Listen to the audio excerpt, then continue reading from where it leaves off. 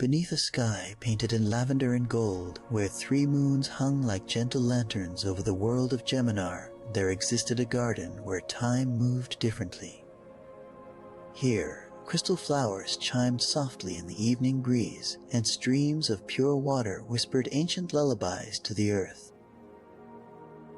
Kenji Masaki walked these paths each twilight, his footsteps quiet on moss-covered stone. When do you watch these peaceful moments before sleep? And would you like to subscribe for more restful stories? The air tasted of honeysuckle and distant rain, carrying promises of rest and belonging. And so, our story begins. This quiet legend from Geminar tells of wanderers who cross between worlds and find, in the gentlest of ways, that home was never a place left behind. It was always waiting to be discovered anew. The tale speaks of gardens that remember every soul who seeks shelter, of moonlight that knows the weight of tired hearts, and of small moments that become entire worlds of peace. Tonight, we follow Kenshi as twilight deepens into the softest of evenings, where every breath brings him closer to understanding what it means to truly rest. The Holy Land's outer gardens stretched endlessly in shades of amber and pearl. Kenshi had finished his training hours ago, but his feet had carried him here, to this place where stone pathways wound between beds of luminous flowers that glowed faintly as darkness approached. The sacred Mika Lord pilots were celebrating another peaceful day in the great hall, their laughter distant music that made the evening feel safer somehow. He could have joined them. Instead, he found himself drawn to the quiet. Settling onto a worn wooden bench beneath a willow tree whose silver leaves cascaded like gentle rainfall, Kenshi let his shoulders drop.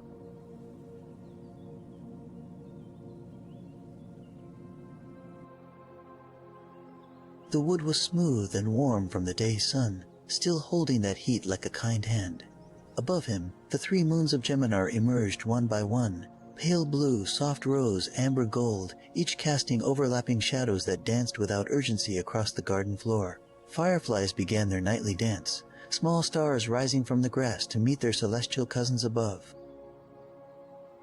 He had arrived in this world confused and far from home, dropped into battles he never sought, surrounded by people whose lives moved at speeds that sometimes left him breathless. But here, in this garden, with the scent of night-blooming jasmine wrapping around him like the softest blanket, everything slowed. The crystal flowers chimed their delicate song, not quite music, not quite silence, but something in between that asked nothing of him except to listen. A small fountain burbled nearby, its water the color of captured moonlight. Kenshi closed his eyes and simply breathed. The air filled his lungs with coolness that tasted of clean water and growing things. Somewhere in the distance, a nightbird called out, its voice round and full like a drop of honey in warm tea. The sound rolled across the garden and faded into the rustling leaves, becoming part of the greater quiet. This was the incident that changed nothing and everything, the gentle realization that he didn't need to understand his place in this world tonight. He could simply be here, in this garden, beneath these moons, breathing this air. The world of Geminar asked nothing more of him in this moment than to exist within its peaceful embrace. When Kenshi opened his eyes again, the garden seemed different. Not changed, but as if he was seeing it truly for the first time. The way moonlight caught in dewdrops made each blade of grass a carrier of tiny universes. The soft earth beneath his feet held the memory of countless other souls who had walked these paths, seeking the same wordless comfort. He stood, and without deciding to, began to walk. The path led him deeper into the gardens, where fewer people ventured as night fell. Here, the cultivated beauty gave way to something wilder yet no less gentle. Trees grew closer together, their branches forming a canopy overhead that filtered the 3 moons' light into patterns of lace across the ground. Moss grew thick and cushioned every step. The air grew cooler, scented with pine and the mineral freshness of hidden springs. He passed beneath an archway woven from living vines that flowered even in darkness, their blossoms releasing a fragrance that made his thoughts slow and soften like honey dissolving in warm milk. Beyond the arch, the path became stepping stones across a shallow stream that caught and scattered moonlight into 1,000 dancing fragments. Each stone was smooth beneath his feet, shaped by years of gentle water and the passage of those seeking solitude. The stream sang as it moved, a melody without words that seemed to say, "You are safe, you are held, you belong here." Kenshi crossed slowly, pausing on the middle stone to watch the water flow around his reflection. Not rushing, never hurrying, simply moving as water must, following its nature toward rest in some distant sea. On the far bank, the path continued into a grove of trees, unlike any he'd seen before. Their bark glowed faintly with inner light, soft greens and blues that pulsed like slow heartbeats. The light was just enough to see by, casting no shadows but filling the space with a luminous calm. The ground here was carpeted in moss, so thick and soft it felt like walking on clouds. Each footstep released a subtle fragrance, mint and vanilla, and something else, something that reminded him of his grandmother's garden back on Earth, though he couldn't name the specific flower. Between the trees hung nests of glowworms, their light steady and warm like tiny candles that would never go out. They created constellations in the darkness, mapping new skies that belonged only to this grove, only to this night. Kenshi found himself breathing in time with their gentle pulsing, his heartbeat slowing to match their rhythm. He came to a small clearing where the trees formed a natural circle. In the center stood a simple stone, not carved, just a water-smoothed boulder that had somehow found its way here and decided to stay. Wildflowers grew around its base in profusion, white ones that caught moonlight like cups, purple ones that released perfume only at night, tiny golden ones that seemed to glow from within. The air here was even sweeter, even more still. Kenshi sat on the stone. It was cool against his legs, but not cold. The kind of temperature that brought awareness to the body without discomfort.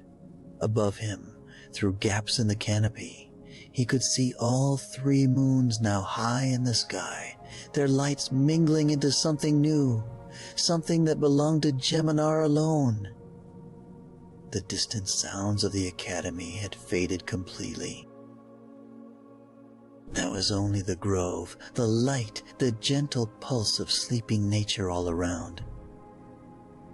A soft breeze moved through, and the glowing trees swayed just slightly, their inner light shifting like breath. The glowworms dimmed and brightened in slow waves. Everything here moved in time with everything else, a symphony played at the temple of rest, of letting go, of simply being held by the world without needing to hold anything in return. Time became meaningless here. Kenshi might have sat for minutes or hours. There was no way to tell, and no need to know. The stone beneath him grew warmer, as if sharing its heat, or perhaps accepting his. The flowers around him released their scent in gentle waves, each breath bringing new layers, earth and honey, rain and summer grass, faraway oceans and the memory of sunshine. He thought about the day behind him, the training, the meals shared with friends, the laughter and occasional confusion of living in a world so different from his own. But these thoughts came without weight, passing through his mind like clouds across the 3 moons above. They didn't need to be examined or understood. They simply were, and that was enough. A small creature appeared at the edge of the clearing, a rabbit-like being with fur that shimmered between silver and pale blue. Its eyes were large and dark, reflecting the grove's light like polished stones. It regarded Kenshi without fear, then hopped closer, settling into the flowers near his feet. It began to groom itself slowly, methodically, each movement deliberate and unhurried. Watching it, Kenshi felt something inside him unclench, some tension he hadn't known he was carrying. Finally released into the night, more creatures emerged from the grove's gentle shadows, mice with tiny wings that hummed like distant songs. Beetles whose shells reflected the tree's glow in prisms of color. A fox with eyes like amber honey, moving with fluid grace to curl up near the stone, its breathing deep and even. None of them seemed concerned by his presence. They moved around him as if he were another tree, another stone, another natural part of this peaceful place. The grove had accepted him. This thought came softly, without fanfare or revelation. It simply settled into his heart like the first star of evening finding its place in the darkening sky. He belonged here, in this moment, in this circle of light and life, not because he had earned it or proven himself worthy, but because he had arrived and chosen to be still. Kenshi lay back on the moss beside the stone, looking up through the glowing branches at the 3 moons and their attendant stars. The moss embraced him like the softest bed, conforming to his body, supporting him perfectly. The earth beneath held him with gentle firmness. Above, the sky stretched infinite and kind. He began to notice smaller details now that his eyes had adjusted fully to the grove's subtle light. The underside of leaves caught luminescence in patterns like veins of gold. Spiderwebs between branches held dewdrops that acted as tiny mirrors, each reflecting the entire grove in miniature. The bark of the trees had textures that told stories, smooth where water had worn it, rough where life had built upon itself, scarred where growth had pushed through difficulty into new strength. Everything here spoke of patience, of time moving at the speed of seasons, of roots growing deep and slow, of flowers knowing exactly when to open and close without anyone teaching them. The grove had been here before Kenshi arrived and would remain long after he left, offering the same sanctuary to whoever needed it, asking nothing in return except presence, except breath, except the willingness to be held. The glowworms dimmed their light slightly, as if turning down lamps for sleep. The small creatures around him settled deeper into their resting places. The fox's breathing became a soft rhythm that Kenshi found himself matching. In, out, slow and steady. The grove breathed with them, or perhaps they breathed with the grove. There was no separating one from the other. A memory surfaced, gentle and unbidden. His mother's garden on Earth, where she grew vegetables and flowers side by side. The way she would hum while working the soil, her hands sure and kind. How she always said gardens were places where the world remembered how to be gentle, where even the wildest plants learned to grow alongside each other, finding their own perfect spaces in the sun. This grove felt like that, like the world remembering its gentlest self, offering that gift to any who came seeking. Kenshi didn't try to hold on to the memory. He let it pass through him like the breeze, like the flower scents, like the soft sounds of night. It had come to comfort, not to create longing. Here, in this grove on this world so far from home, he could carry earth in his heart without aching for it. Both places could exist at once in the vast space of acceptance that the night had opened within him. The trees pulsed their gentle light. The glowworms traced slow patterns in the air. The 3 moons continued their eternal dance overhead. And Kenshi lay among it all, held and safe, belonging to this moment as surely as the moss belonged to the earth, as surely as the stars belonged to the sky. Time passed in waves of deepening peace. The grove grew quieter still, not silent, but filled with the sounds of deep rest. The rustle of fur against moss, the occasional soft call of a night bird, answered by another in the distance, the whisper of wind through glowing leaves, the steady pulse of life, breathing in rhythm, held in darkness that felt like the warmest light. Kenshi's body began to feel heavy in the most pleasant way. His limbs sank into the moss, becoming part of the earth. His thoughts slowed further, becoming more feeling than words. Sensations of warmth and safety, impressions of beauty without the need to name it, simple existence without the weight of past or future. The grove asked nothing. The night required nothing. He could simply be here, breathing this air, feeling this moss, watching this light, held in arms that had no form but were more solid than any wall. Protected not by force, but by the gentle insistence of peace, by the grove's quiet certainty that all who entered deserved rest, deserved belonging, deserved to be exactly as they were. Above, a shooting star traced silver across the three moons' light. Then another. Then a scatter of them, like seeds of light being sown across the universe. The grove's creatures stirred just slightly, their eyes reflecting the celestial show. But there was no urgency even in this wonder. The stars would fall whether watched or not. Their beauty didn't demand attention. It simply was, generous and free. Kenshi watched until his eyes grew too heavy to keep open, and even then, behind closed lids, he could sense the light, feel the gentle pulse of the grove, hear the whisper of peace that asked nothing except that he rest, that he let go, that he allow himself to be held by this moment and this place that had opened its arms to a wanderer from another world. The moss beneath him seemed to grow softer still, conforming more perfectly to his form. The earth's warmth rose through it, gentle and constant. The air wrapped around him like the finest blanket, light enough to barely feel but present enough to comfort. Every breath brought the grove sense deeper into his lungs, into his blood, into the very cells of his being, until he couldn't tell where he ended and the peaceful night began. This was belonging.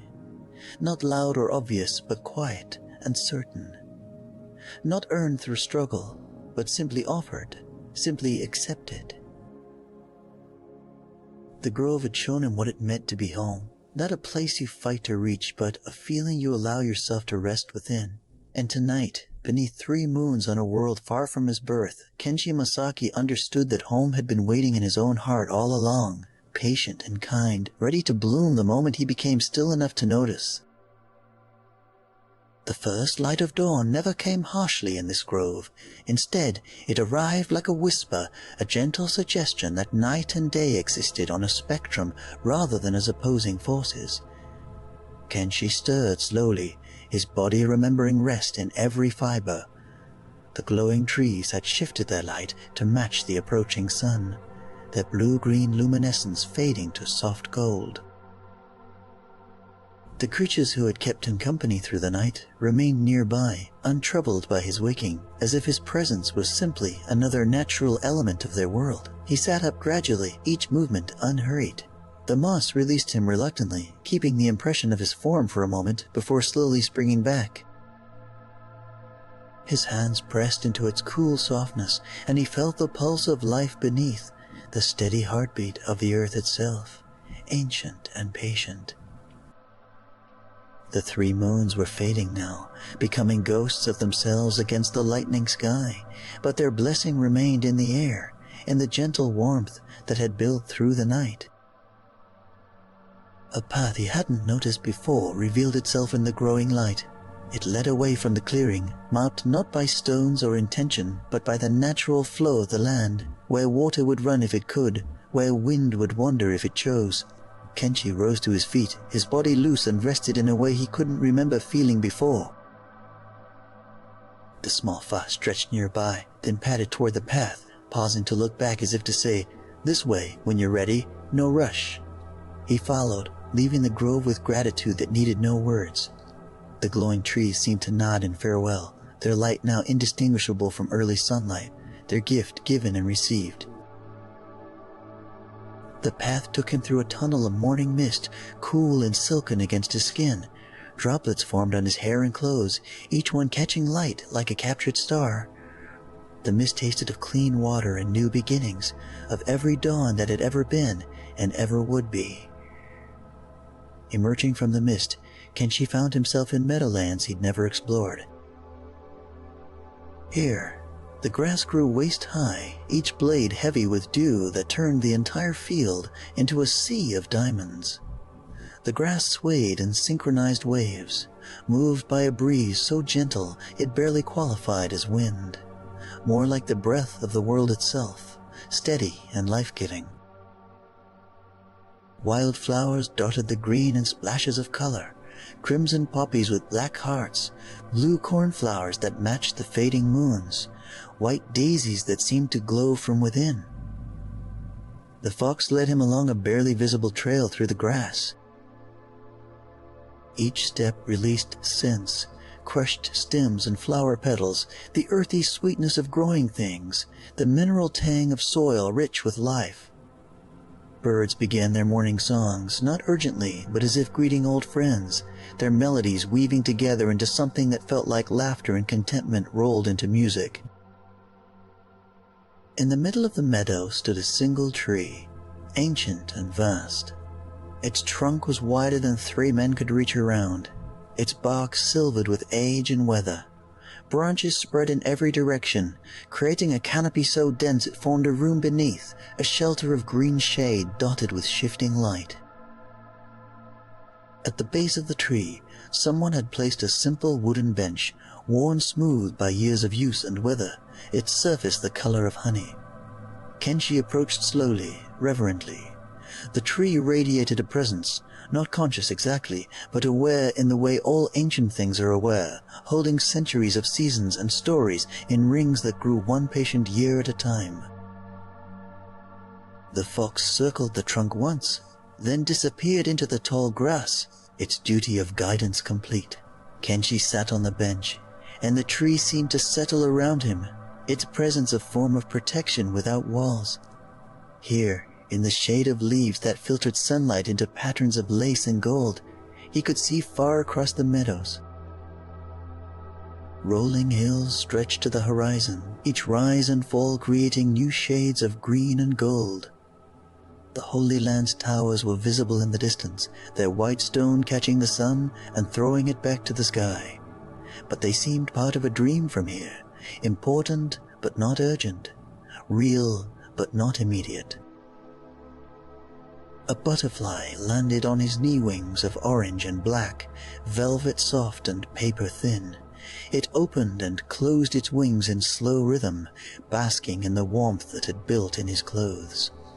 More butterflies arrived, dozens of them, hundreds, until the air around the tree shimmered with color and gentle motion. They landed on his arms, his shoulders, in his hair, each touch lighter than thought, each presence a small blessing. He sat perfectly still, afraid to disturb them, but needless worry. They were as comfortable with him as he was learning to be with himself.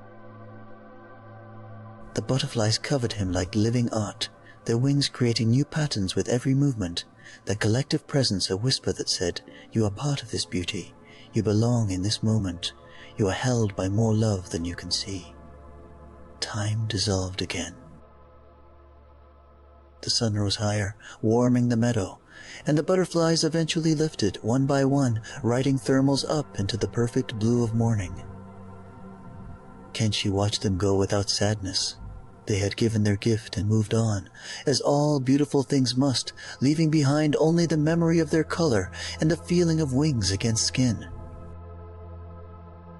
From his seat beneath the ancient tree, he noticed a stream at the meadow's edge, its water catching light and singing a quiet song.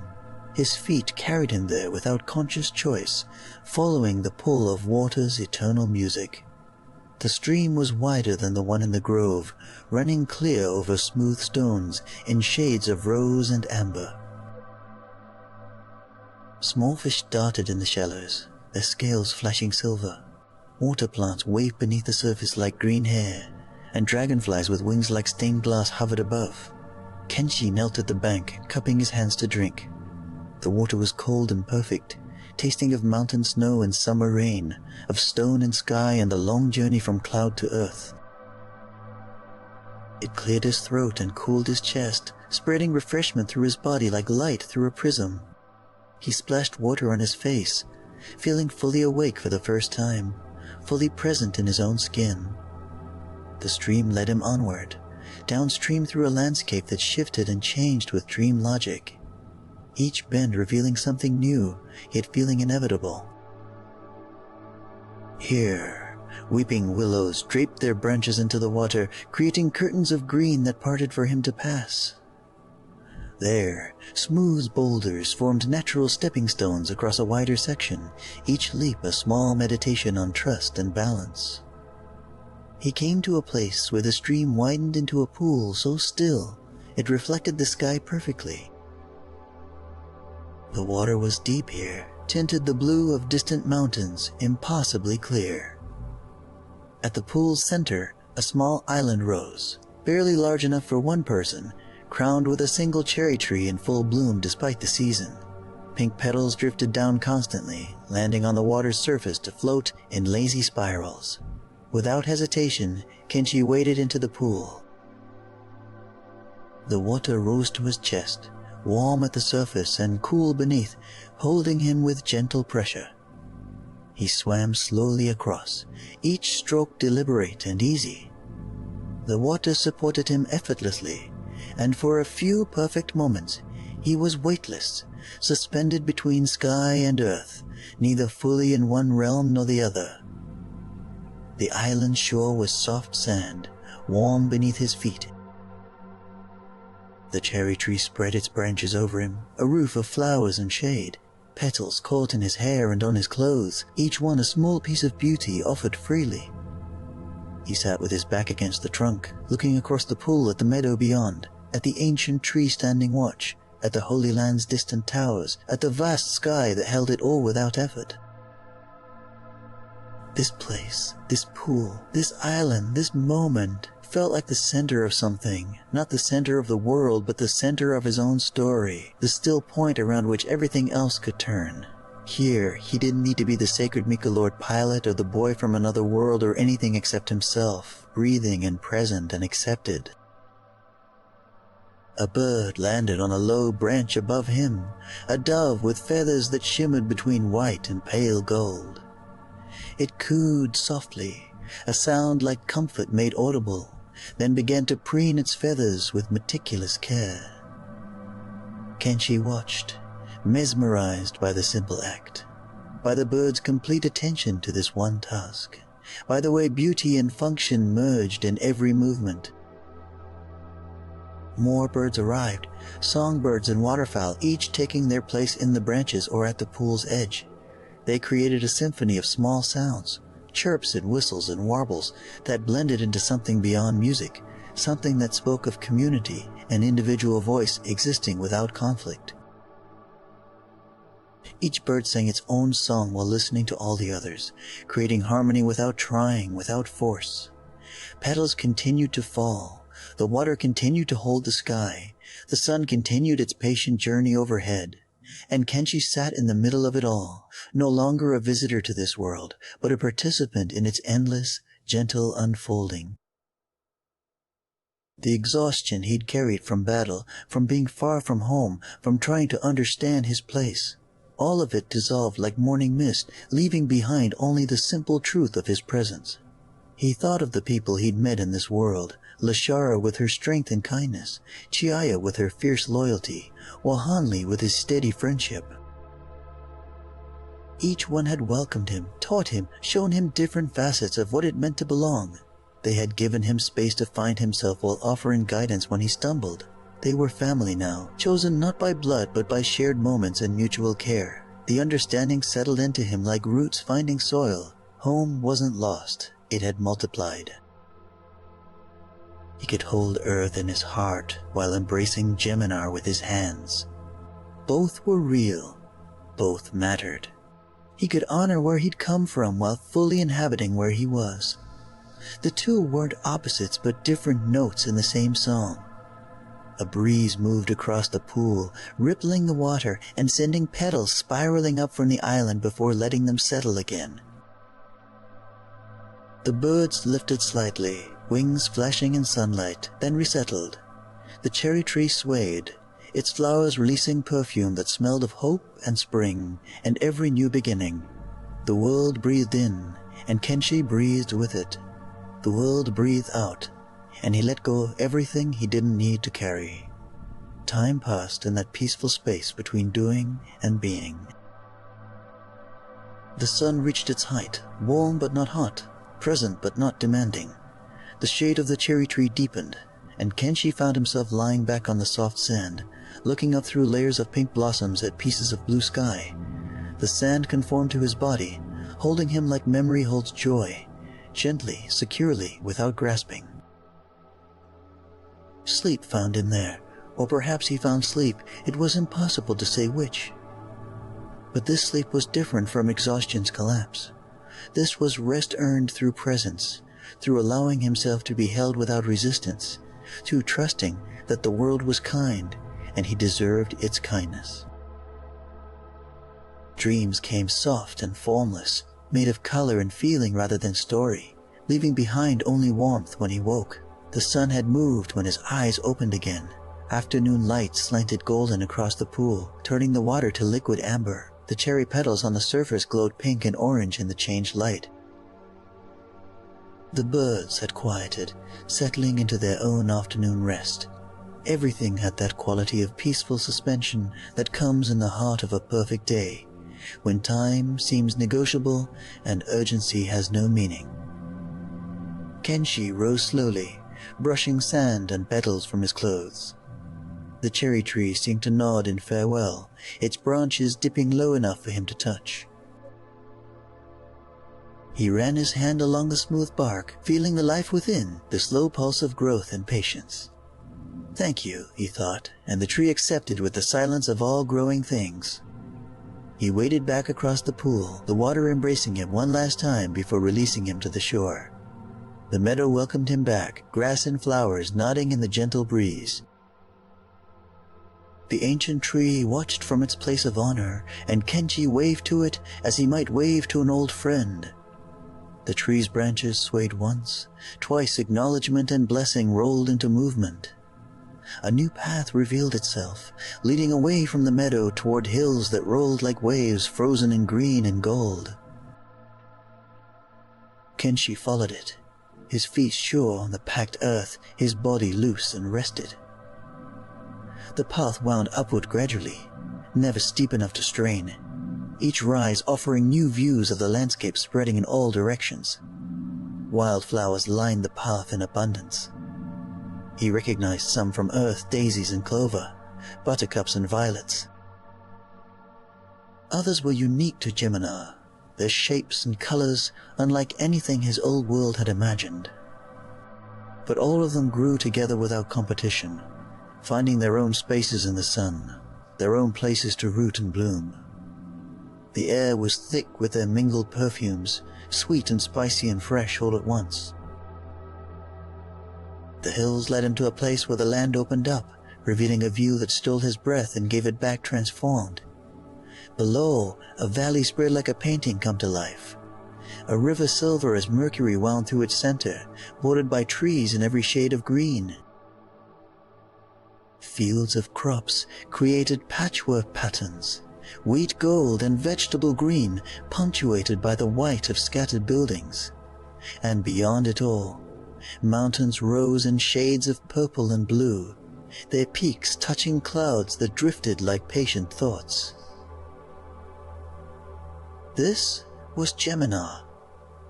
This was the world that had become his home without him fully realizing when the shift had occurred. Not alien, not foreign, but simply itself, beautiful and strange and generous all at once. A world that had opened its arms and said, yes, you belong here too. There is room for you. You are welcome. Kenshi sat on the hillside, grass soft beneath him, and simply looked. The sun continued its descent, painting the sky in shades that shifted moment by moment, gold to amber to rose to lavender. The clouds caught fire and faded. The first stars appeared, shy at first, then bold. And through it all, the valley remained, constant and kind, a reminder that beauty doesn't need urgency to matter, that peace is its own form of strength. As twilight deepened, the three moons rose again in their eternal dance. First the pale blue, then the soft rose, finally the amber gold. They climbed the darkening sky like old friends returning from a journey, their light gentle and familiar. The valley below began to glow with evening lights, windows in distant homes, lanterns along pathways, the soft luminescence of night-blooming flowers. Kenshi lay back in the grass, exhaustion and contentment mixing into something that felt like perfect balance. The earth held him. The sky spread above him. The three moons watched with benevolent attention. And he understood, in a way that needed no words, that he was exactly where he needed to be, doing exactly what he needed to do, which was simply to rest, simply to be, simply to allow himself this moment of pure presence. The grass whispered around him. A night bird called from the valley below. The river sang its eternal song of movement and return. And Kenshi Masaki, boy from Earth, sacred Michalord pilot, wanderer between worlds, allowed himself to sink into the peace that had been waiting for him all along. Patient, kind, and infinite as the stars that watched over all the worlds, all the seekers, all the tired souls who needed only to be told, "You are enough, you are home, you are held." The night deepened around him, but Kenshi didn't move. The hillside cradled him like hands cupped to hold water, gentle and sure. Stars emerged in greater numbers, filling the sky until it seemed impossible there was room for darkness between them. Each point of light pulsed with its own rhythm, and together they created a symphony of illumination that asked nothing except to be witnessed, to share their distant fire with any who looked up. The grass beneath him released the day's collected warmth, slowly, generously, a gift given without expectation. He could feel the earth's patient heartbeat through the soil, through the roots of grass and flowers, through the ancient stone that formed the bones of this hill. Everything was connected, sky to earth, earth to water, water to air, air to life, life to rest, rest to renewal. The cycle turned without effort, without struggle, simply because that was its nature. A sound reached him from the valley below, music, faint and sweet. Someone was playing an instrument he couldn't name, its notes rising like birds released into evening air. The melody was simple, repetitive, hypnotic. It spoke of daily tasks completed and evening meals shared, of children settling to sleep and lovers holding hands beneath stars. It spoke of all the small, sacred acts that made up a life well lived, a world well loved. Kenshi closed his eyes and let the music wash over him. It mingled with the night sounds, crickets beginning their endless song, leaves rustling in branches he couldn't see, the distant murmur of the river finding its way to the sea. Each sound had its place in the greater tapestry, each voice necessary and valued. Nothing competed, everything contributed. When he opened his eyes again, he found himself standing.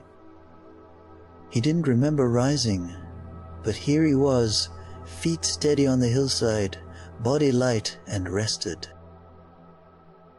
The path that had brought him here continued onward, winding along the ridge of hills that bordered the valley. Moonlight painted it silver, marking the way forward with gentle insistence. Not urgency, just the quiet suggestion that there was more to see, more to experience, more peace waiting to be discovered. He walked, and the night walked with him.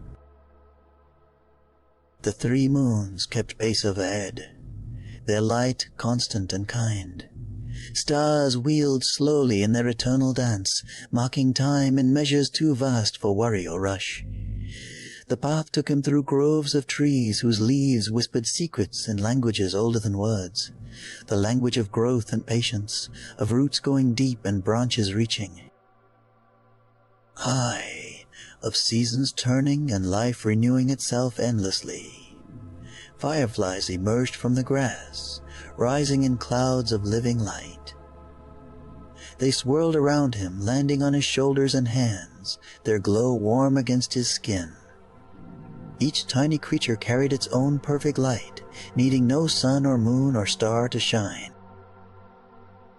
They were complete in themselves, and together they created illumination enough to see by, enough to feel held in brightness, that asked nothing except to be appreciated. The path descended gradually into a forest unlike any he'd entered before.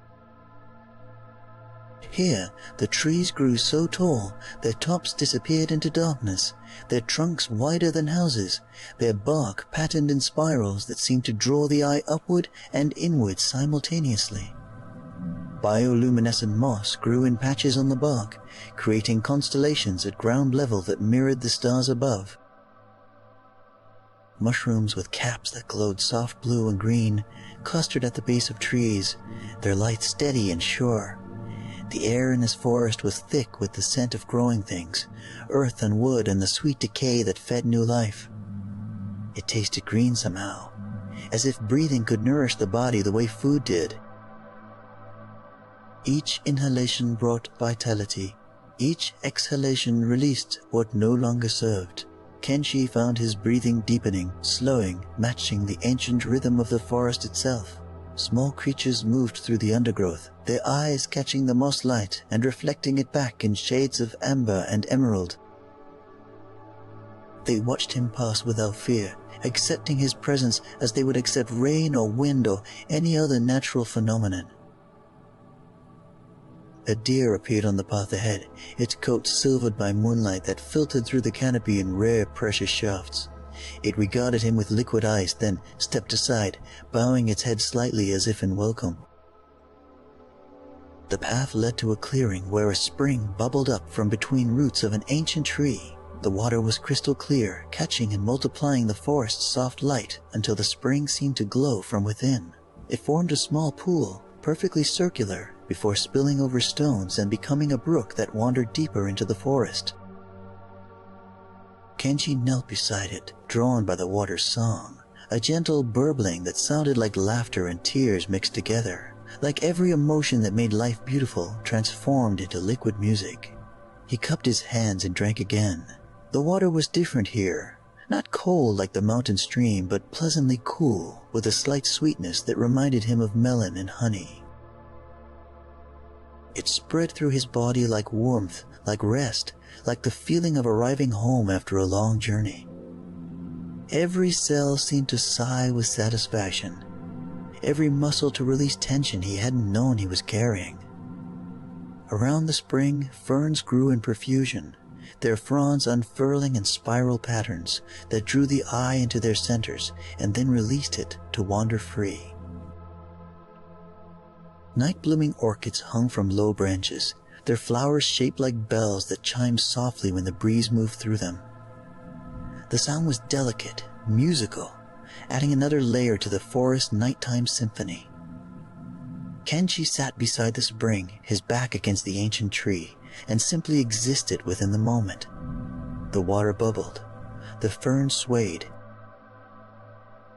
The orchids chimed, moss glowed, creatures moved through shadows, and he was part of it all, neither separate nor subsumed, simply present and accepted. The forest held him without grasping. The night watched without judging. The 3 moons blessed without asking for devotion in return. Time became irrelevant again. He might have sat for minutes or hours or days. There was no clock here except the slow wheel of stars, no calendar except the patient growth of trees. And none of it mattered because this moment was complete in itself, perfect without needing to lead anywhere or produce anything. It simply was, and he was within it, and that was enough. Eventually, though eventually felt like the wrong word for something that had no urgency, the forest began to shift around him, not changing exactly, but revealing another path, another possibility. This one led upward again, out of the forest's embrace and toward higher ground. Kenshi rose, his body loose and light, his mind clear and still.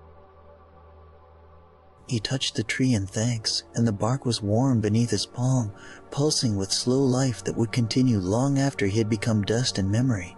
The path climbed through the last of the trees and emerged onto a plateau that spread flat and wide beneath the star-strewn sky. Here, nothing grew taller than knee-high grass, and the wind moved freely, carrying scents from far away, ocean salt and mountain snow, desert sand and jungle rain, all the very textures of this world called Geminar. The grass rippled in waves, creating patterns of shadow and moonlight that shifted like thoughts across the surface of a calm mind. In the center of the plateau stood a structure so simple it almost wasn't there. 4 wooden posts supporting a slanted roof, open on all sides to the night. Beneath it, cushions and blankets were arranged on a raised platform, creating a bed that looked softer than clouds, more inviting than any luxury palace could offer. Lanterns hung from the posts, their light warm and low, pushing back just enough darkness to create a space of safety without destroying the night's beauty. This was the place. Kenshi knew it without question, felt it in his bones and blood and breath. This was where his journey through the peaceful night had been leading, not to some grand revelation or dramatic transformation, but to this simple shelter on a plateau beneath stars, where rest waited with patient arms. He approached slowly, savoring each step across the grass, feeling the wind on his face and in his hair. The lanterns swayed slightly, their light dancing in welcome. The cushions looked impossibly soft, the blankets woven from material that seemed to capture and hold warmth without weight. Everything about this place spoke of care, of someone understanding what weary travelers needed and providing it without fanfare or expectation of gratitude. Kenshi climbed onto the platform and sank into the cushions. They embraced him instantly, conforming to his body's shape, supporting every part of him that needed support and releasing every part that needed freedom. The blankets were exactly warm enough, not too hot, not too cool, but perfectly balanced to make his skin sigh with contentment. The pillows smelled of lavender and clean cotton and summer wind, each breath bringing deeper relaxation. From here, lying on his back and looking up past the shelter's roof, he could see the entire sky. The 3 moons had reached their apex, forming a triangle of light directly overhead, blue, rose, and gold, blessing this moment with their full attention. Stars filled every space between them, so many that the darkness became almost secondary, a canvas on which light painted its infinite variations. The wind moved across the plateau in long, slow waves, and the grass sang in response. The sound was like ocean waves heard from a great distance, or like breathing heard through walls. The kind of sound that didn't interrupt silence but deepened it, made it fuller and more complete. The lantern's flames bent and straightened, their light shifting but never failing, creating patterns on the shelter's wooden posts that looked like writing in some ancient, peaceful language. Kenshi felt his body sinking deeper into the cushions, becoming heavier in the most pleasant way. His limbs lost all tension, going soft and loose, his jaw unclenched. His shoulders dropped, his forehead smoothed, every part of him that had been holding on to worry, to questions, to the need to understand or control or figure out, released its grip and let go. The plateau held him.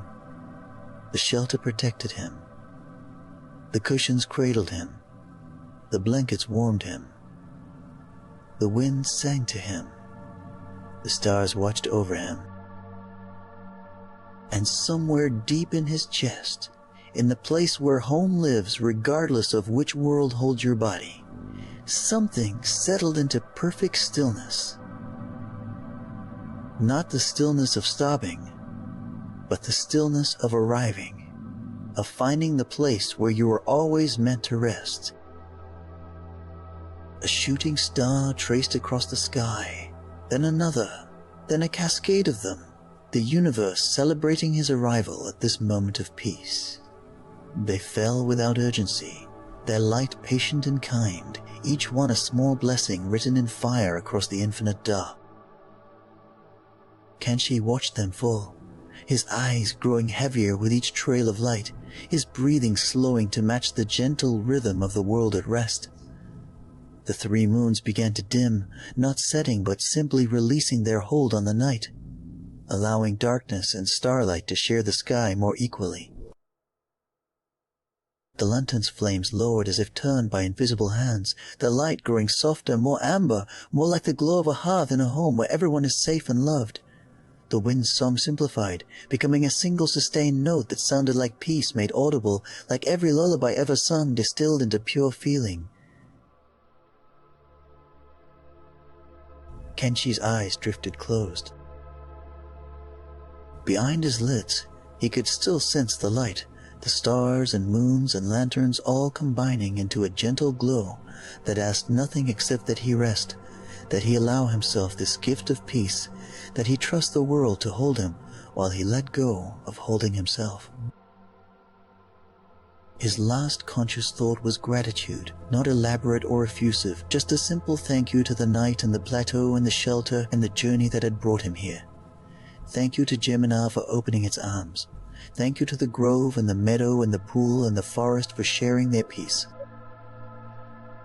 Thank you to every kind soul who had shown him that home was not a place lost but a feeling found, not a destination reached, but a state of being inhabited. And then even thought dissolved into something softer, something that was more feeling than words, more being than doing. The shelter held him. The cushions supported him. The blankets warmed him. The wind sang. The stars watched, and Kenshi Masaki, held in the arms of a world that had claimed him as its own, drifted into the deepest, most peaceful sleep he had ever known. As this tale settles into the quiet corners of your mind, the shelter on the plateau remains. The wooden posts stand steady. The lanterns glow with amber warmth. The cushions hold their softness. The blankets keep their warmth, and the wind continues its song across the grass, carrying with it every peaceful sound that night can offer. The whisper of growing things, the distant murmur of water finding its way, the soft breath of the world at rest. The three moons watch from their place in the sky, patient and kind. Their light falls gently on the plateau, on the shelter, on the cushions where rest waits with open arms. There is no hurry here. There never was. Time moves at the speed of starlight, of grass growing, of breath flowing in and out without effort or thought. The night is calm, very calm, safe in every direction, protected by darkness that asks nothing and gives everything, shelter, peace, the permission to simply be. Your body knows this safety. It recognizes the cushions beneath, soft and supporting. It feels the blanket's warmth, exactly right, exactly enough. Your muscles understand what the mind sometimes forgets, that holding on is optional, that tension serves no purpose here, that everything important will remain even if you let go completely. And so they release, one by one, starting with your feet and ankles, moving up through calves and knees, through thighs and hips, each part growing heavier. More settled, more at home in stillness. The wind continues, steady, constant. Its sound is the sound of peace made audible, of every worry carried away across the plateau and dissolved into the vast night. Listen to it now. Just listen. Let it fill your ears and your mind with its simple song. There is nothing to do except rest.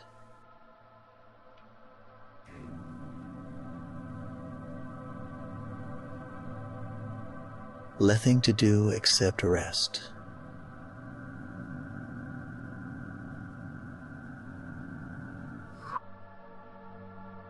Nothing to solve or fix or understand. The wind takes care of everything, carrying away what no longer serves, bringing in only softness and calm. Your chest rises and falls. Breath moves through you without effort, without thought. The body breathes itself. The heart beats itself. Life continues its patient work while you do nothing at all. Each breath brings in peace. Can you feel it?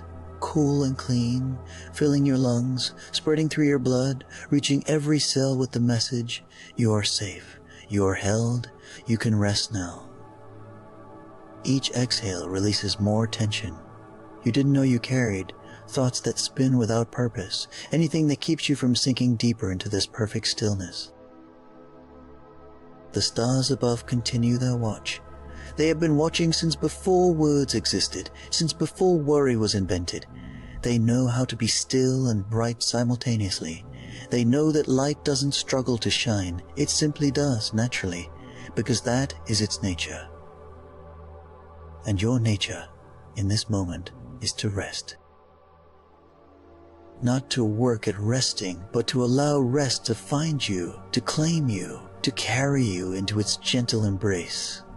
The lantern's flames grow dimmer still, their light now just a suggestion of warmth in the darkness.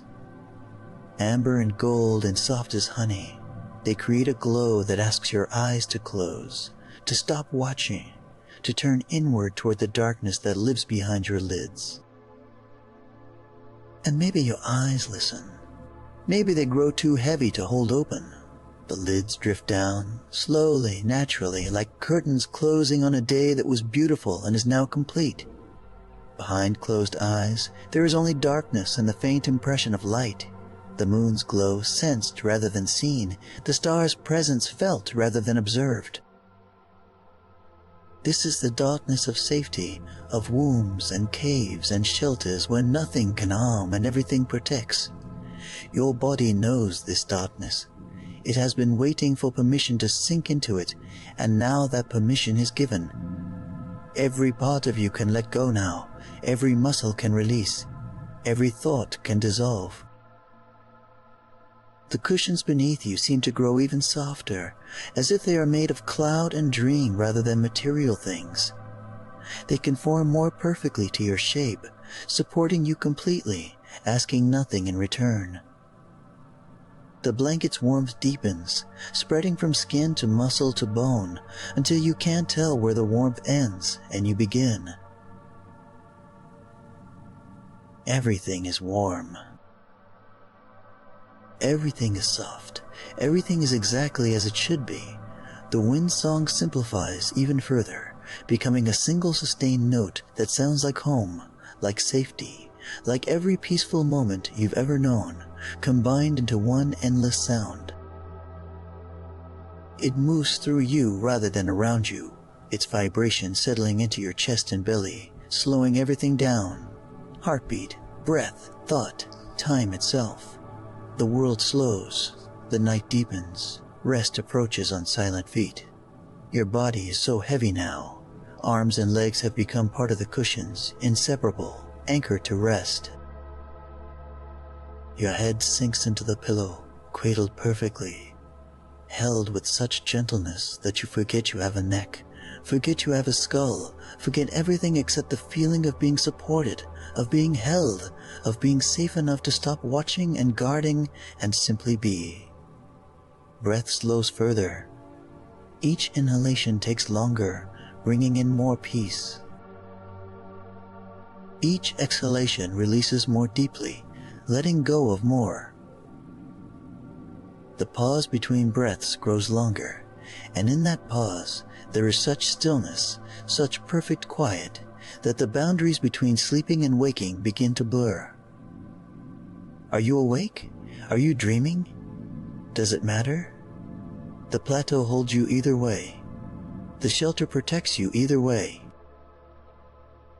The night watches over you either way.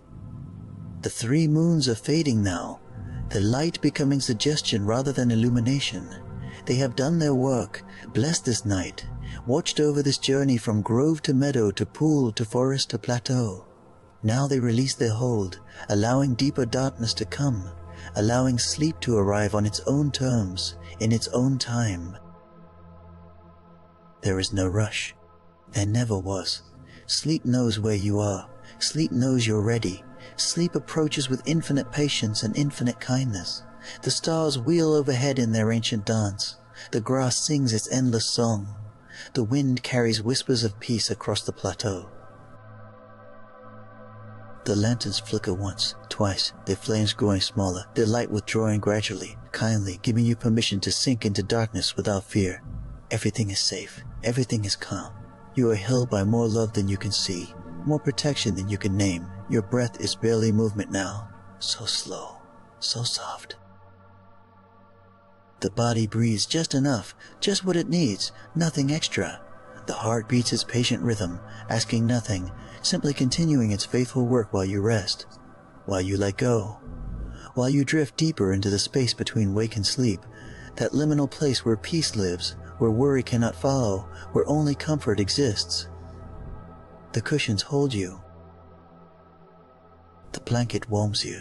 The night protects you. The plateau carries you. The world embraces you. And in this embrace, there is nothing to do, nothing to be, nothing to think or worry or plan. Only this moment, stretching out endlessly, filled with softness and safety and the deep, deep permission to rest. Sleep approaches closer now. You can feel it at the edges of consciousness, gentle as morning mist, inevitable as tide. It doesn't force or demand. It simply arrives, the way night arrives after day, the way seasons arrive after seasons. Natural. Right. Exactly as things should be. Your body recognizes sleep's arrival and welcomes it, every cell opening to receive this gift of rest, this blessing of letting go. The world grows distant. Sounds fade. Sensations soften. Even the awareness of the cushions, the blanket, the plateau begins to dissolve. There is only darkness now, soft and warm and utterly safe. Darkness that holds rather than threatens. Darkness that comforts rather than frightens. The darkness of deep rest, of true peace, of coming home to yourself. Nothing to do now. Nothing at all. The night does all the work. The plateau holds, the shelter protects, the 3 moons blessed from their place in the fading sky. The stars continue their watch. The wind sings. The grass whispers. And you simply rest. Simply let go. Simply allow the world to hold you while you drift deeper, further into the soft embrace of sleep. Very safe, very calm, very held. The night cradles you like hands cup water. The world watches over you like a parent watches a sleeping child. Nothing can harm you here. Nothing requires your attention. Everything important is taken care of. Everything necessary is provided. All that remains is rest, deep, peaceful, healing rest. Your awareness grows dim. Thoughts become dreams, become nothing at all. The boundary between you and the night disappears. You are the plateau. You are the wind. You are the stars and the darkness between them. You are everything and nothing, held and free simultaneously, resting in the vast, gentle arms of a world that loves you simply because you exist. Sleep comes on its own. Let it find you gently. The meadows of Gemini rest beneath a twilight sky painted in soft lavender and rose, where twin moons rise slowly over rolling hills dotted with glowing crystal flowers. In a quiet valley far from the grand cities and mechanoid arenas, the air holds the scent of sweet grass and night-blooming jasmine, and the only sounds are the gentle rustle of leaves and the distant chime of wind through hanging bells. Here, beneath an ancient willow whose branches sweep low enough to touch the earth, a young man named Kenshi Masaki sits with his back against the trunk, watching fireflies drift like fallen stars across the darkening field. Perhaps you're watching this as the day releases its hold on you, or maybe the night has already settled around you. Either way, if this story brings you peace, a quiet subscribe would mean the world. The weight of distant battles has lifted from his shoulders, and tonight, the world asks nothing of him except to breathe and be still. And so our story begins. This quiet legend from the floating world of Geminar tells of wanderers who cross between realms and find not glory but belonging in the small and tender moments that ask nothing in return. It speaks of those who arrive with heavy hearts and discover that peace is not won through strength, but accepted like a gift when hands finally unclench and eyes finally close. The tale unfolds in places where light moves slowly, where water reflects sky, where kindness appears without fanfare, and where rest becomes not an ending, but a gentle beginning. Tonight, we follow Kenshi, who traveled so far from home only to learn that home is sometimes simply a feeling of safety that wraps around you like a blanket woven from moonlight, and the quiet company of those who expect nothing from you at all. The evening air on Geminar carries a particular softness this time of year, when summer yields to something gentler and the world seems to exhale after months of bright intensity. Kenshi had spent his days training, his body moving through forms and techniques until muscle memory replaced conscious thought, but tonight he set down his practice. Soared and simply walked until his feet found this meadow, this willow, this place where the land dips into a natural hollow that holds warmth like cupped hands.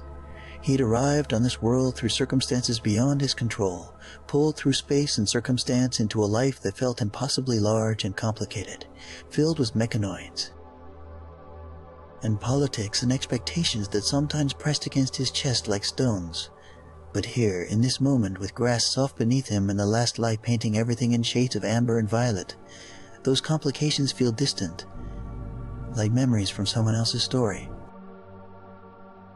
A small brook runs along the meadow's eastern edge, its water moving with a sound like whispered conversations, like secrets shared between old friends who need no loud declarations.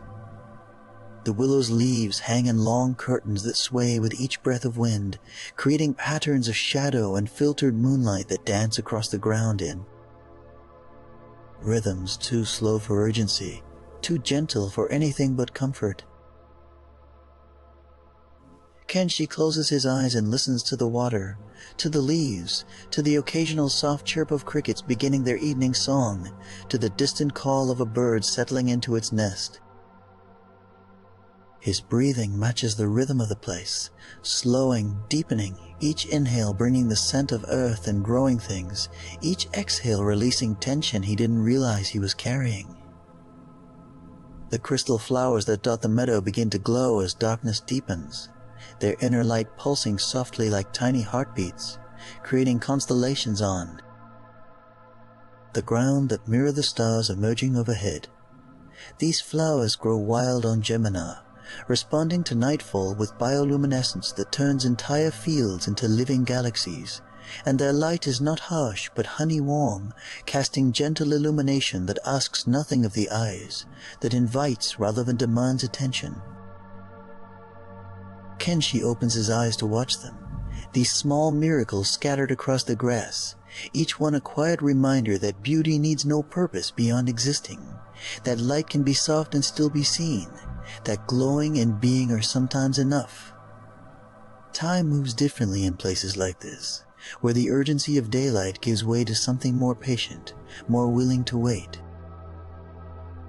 Minutes might be hours, or hours might be minutes. It hardly matters when there's nowhere else to be, nothing else to do except be present with the settling evening and the way peace seeps into bones like warmth from a long bath.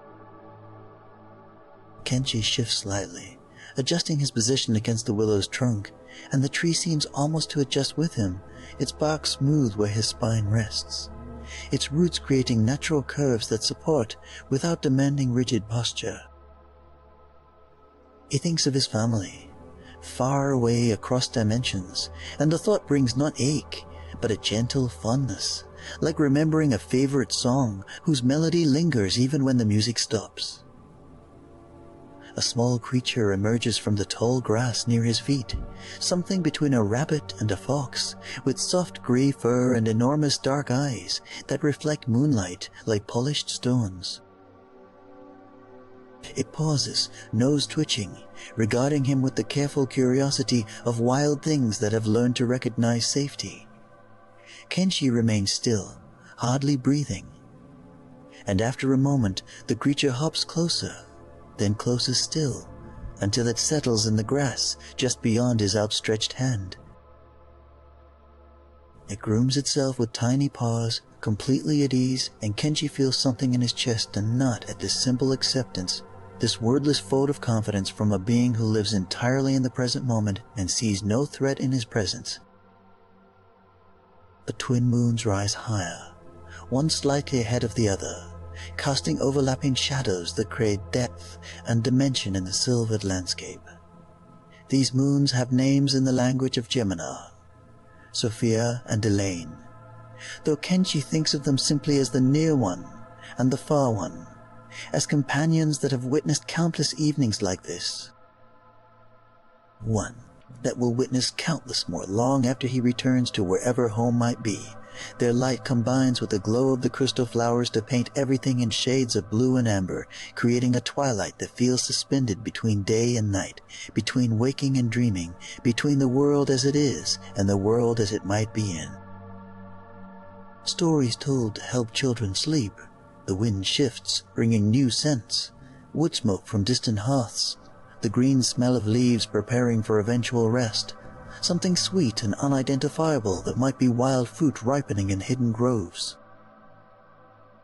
Each breath becomes meditation, each moment an opportunity to notice something small and perfect, the way one blade of grass bends under the weight of a dewdrop, how the willow's shadow stretches long across the meadow like a guardian's wing, the particular quality of silence that isn't absence of sound, but rather the presence of peace.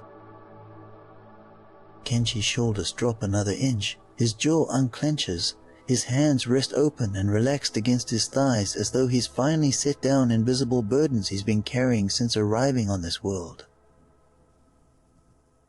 The small creature near his feet rolls onto its back, stretching, revealing a white belly that looks impossibly soft.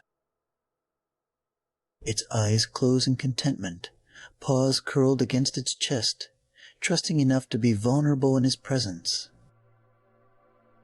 Kenshi watches this display with something like wonder, thinking how rare it is to witness another being, completely at rest, completely unguarded, completely here. The creature's breathing becomes slow and even, its tiny body rising and falling in the peaceful rhythm of sleep, and Kenshi finds his own breathing synchronizing without conscious decision, his chest expanding and contracting in harmony with this small life that asked nothing of him except to share this space, this moment, this quiet evening, that belongs to no one and everyone. Stars multiply across the sky like seeds scattered by a generous hand, each one a distant sun whose light has traveled impossible distances to arrive here, now, in this meadow where a young man sits beneath a willow and learns that peace is not earned, but received. The Milky Way stretches overhead in a river of light, and Kenshi remembers nights on Earth, sitting outside his grandfather's dojo, looking up at similar stars and feeling both small and infinite, both alone and connected to everything. That feeling returns now, magnified by distance and circumstance, reminding him that wherever he goes, the universe holds him with the same gentle indifference that allows birds to fly and flowers to bloom and tired souls to rest. The brook's song seems to grow softer, or perhaps he's simply growing more accustomed to it, the way constant sound becomes the baseline of silence, the way presence becomes the foundation of peace. He can hear individual notes in the water's movement. High tinkling where it passes over smooth stones, deeper resonance where it pools before continuing on. The particular splash and gurgle where it encounters a fallen branch that diverts its flow without stopping it.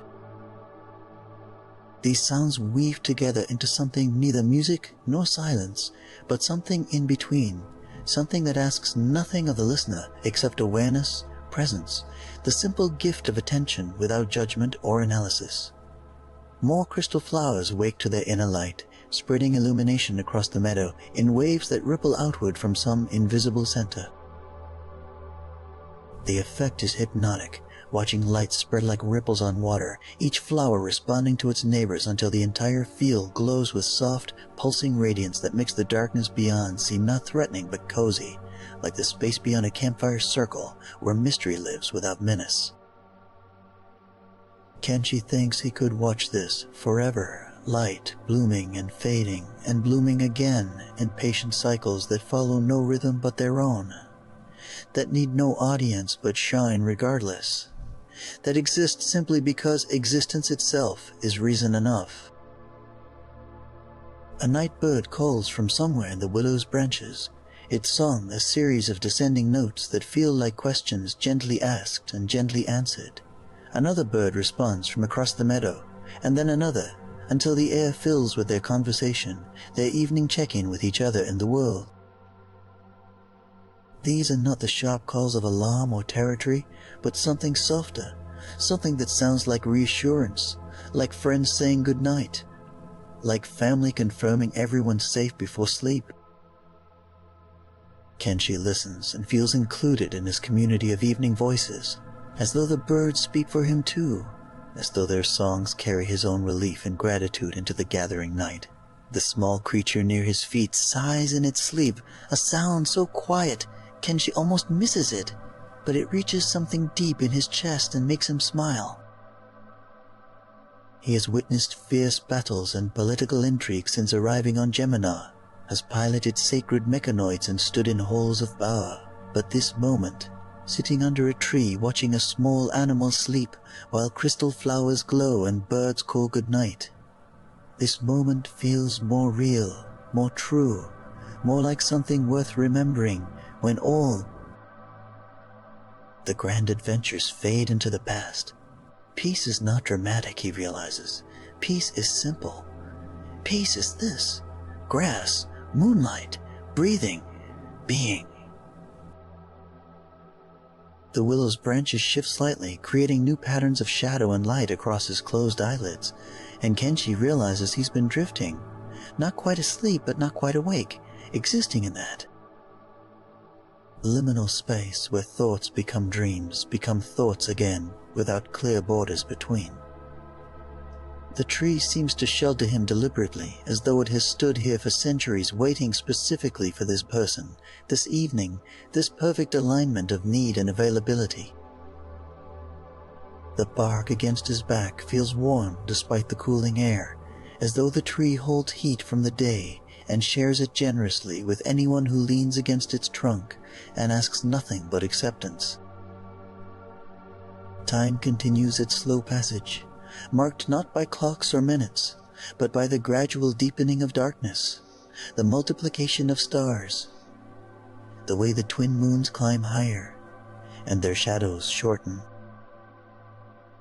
The temperature drops another degree, then another, but Kenshi feels no cold, only a pleasant coolness that makes the willow's warmth more noticeable, more appreciated, more like a gift offered freely.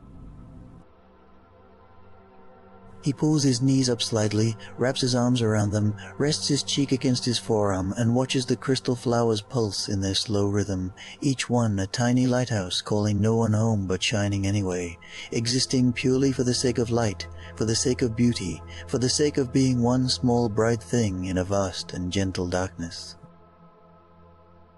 The meadow holds him the way water holds swimmers who finally stop fighting and simply float, trusting that the world will support them if they let it.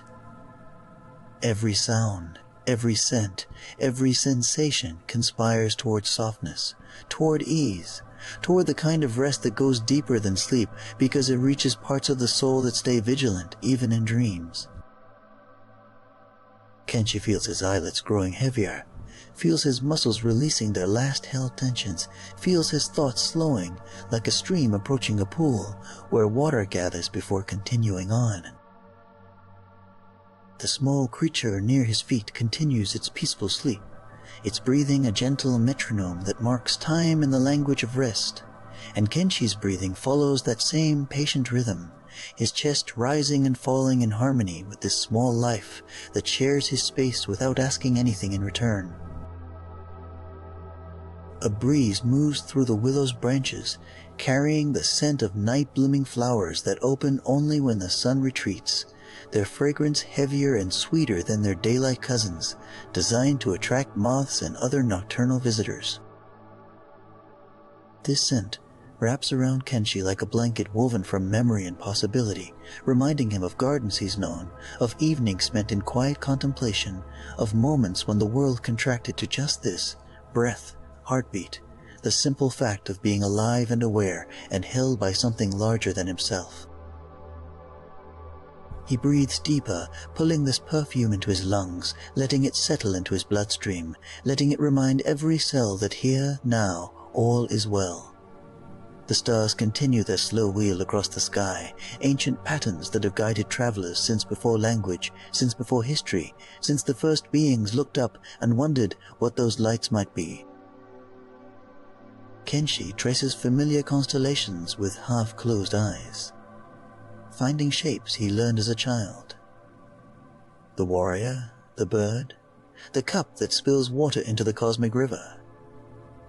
And finding new shapes too, patterns unique to Gemini's sky that he's beginning to know with the intimacy of repeated viewing. There's comfort in this, in learning a new sky, in finding that even on a different world the stars still shine, still wheel, still mark time's passage with indifferent constancy that somehow feels like care. The brook's song changes slightly as the night deepens, or perhaps his ears simply attune more carefully to variations he missed before. The subtle difference between water passing over dark stone versus light stone, the particular splash where a small cascade tumbles over a rock ledge too low to call a waterfall, the quieter spots where the brook pools and contemplates before continuing. He thinks of water's patient journey from mountain to ocean, how it always moves downward but never hurries, how it finds every crack and crevice not through force but through constant gentle presence. There's something to learn there, some wisdom about yielding and flowing and trusting that gravity will carry you where you need to go if you stop fighting against it. More creatures emerge as the night deepens, small lizards with scales that catch moonlight, insects with wings that shimmer iridescent when they pass through beams of glowing. Flowers, something that might be a mouse or might be something else entirely. Gemini's ecology unfamiliar enough that Kenshi doesn't try to name everything he sees. They move about their nocturnal business with the casual confidence of beings in their proper time, their proper place, doing what they were born to do without question or doubt.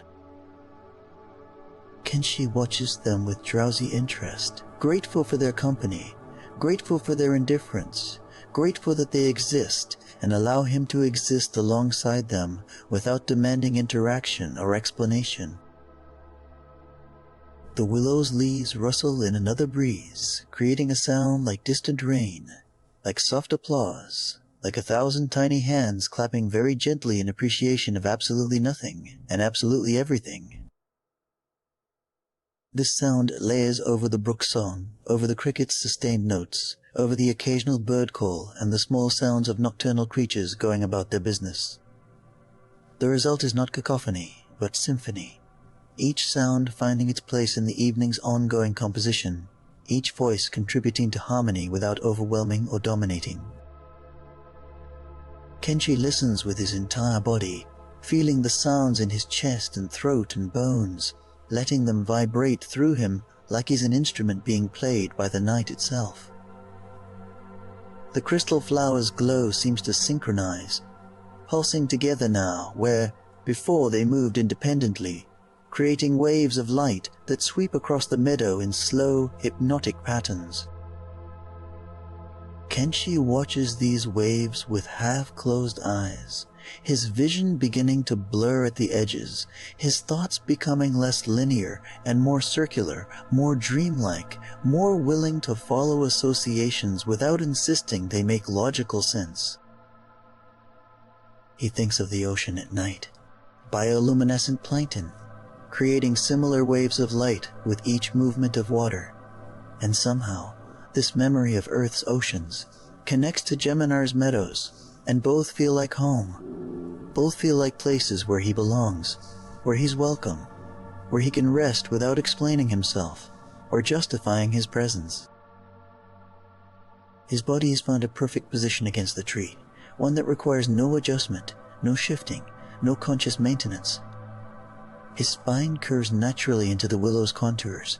His head rests at an angle that keeps his airway open and easy. His legs arrange themselves in a configuration that allows blood to flow freely while still feeling secure and grounded.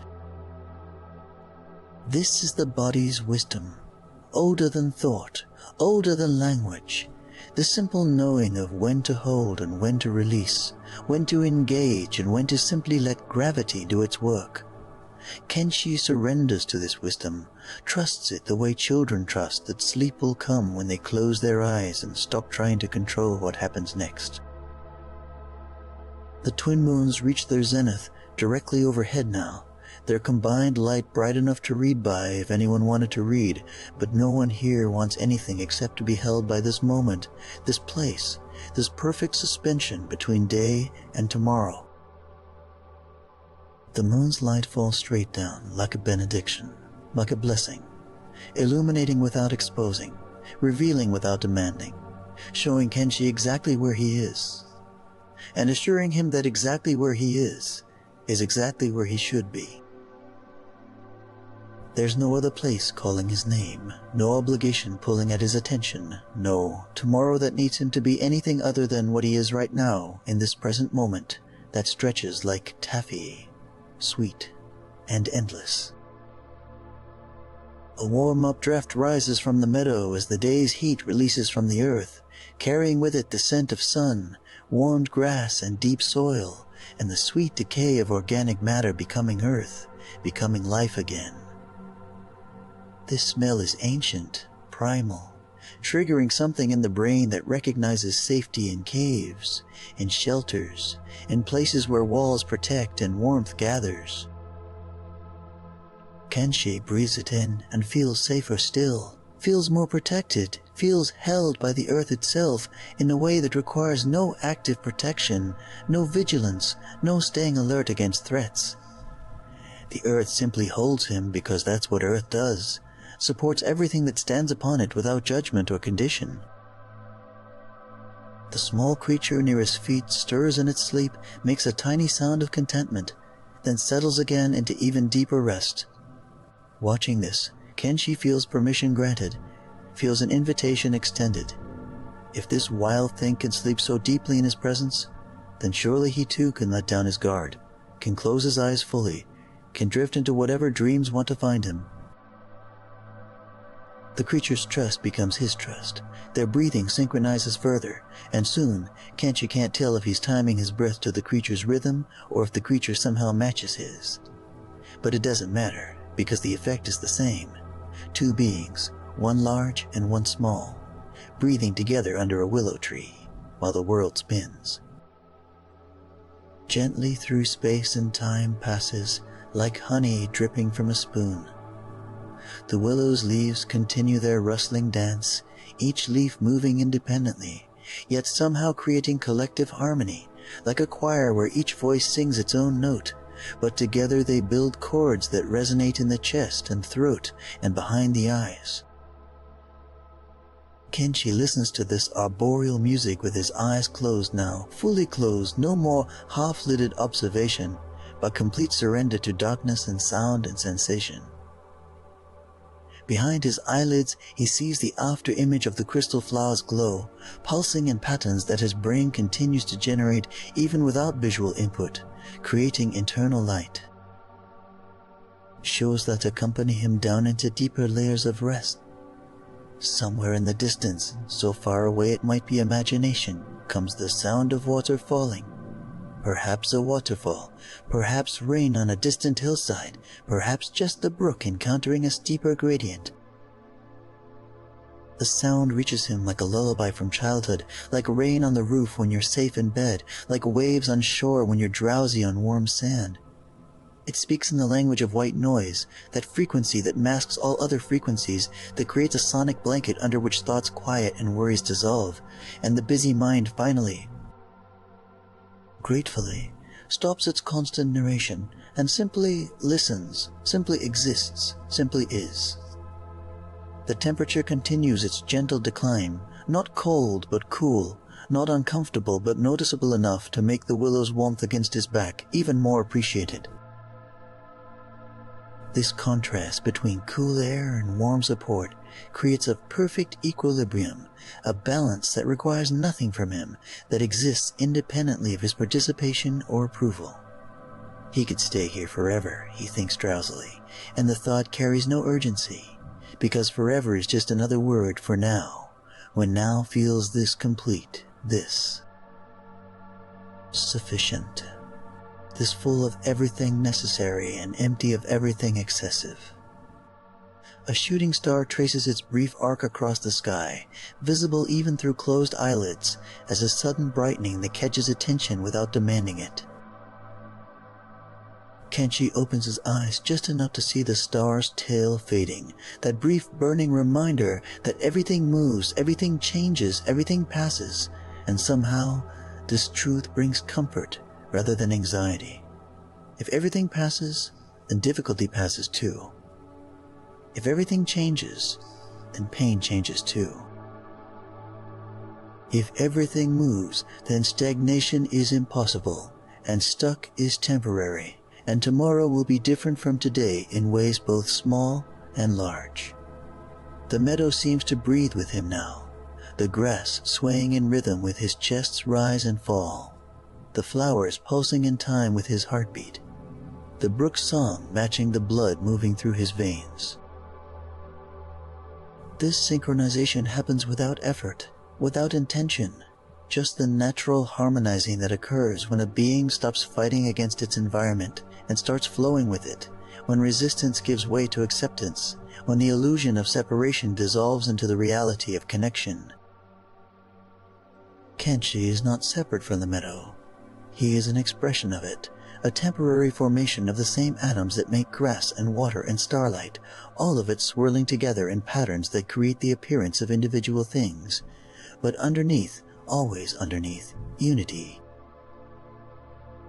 The night deepens further still, moving past evening into that profound darkness that exists only in the hours well after sunset and well before dawn, when the world belongs entirely to dreamers and creatures of shadow and the slow work of rest. This is the time when bodies repair themselves at cellular levels, when minds process the day's experiences and file them away into memory, or release them into forgetting, when the boundary between consciousness and unconsciousness grows thin enough to cross without noticing the transition. Kenshi exists in this liminal space, neither fully awake nor fully asleep. Aware of the meadow and the willow and the small creature and the stars, but aware in a distant way, like remembering something that happened to someone else in another life. More stars wheel overhead in the ancient dance. constellations rising in the east and setting in the west, marking time's passage with movements too slow to perceive directly but undeniable when you look away and look back. Kenshi used to know the names of stars, used to track their positions and calculate times and directions, but tonight none of that matters.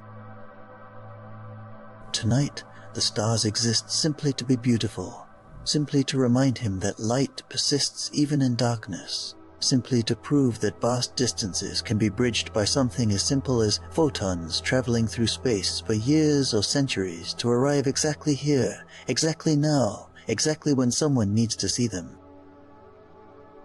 The willow's bark against his back has grown warm from his body heat, creating a feedback loop of comfort where his warmth warms the tree, and the tree's warmth warms him, and together they maintain a perfect microclimate of safety and support.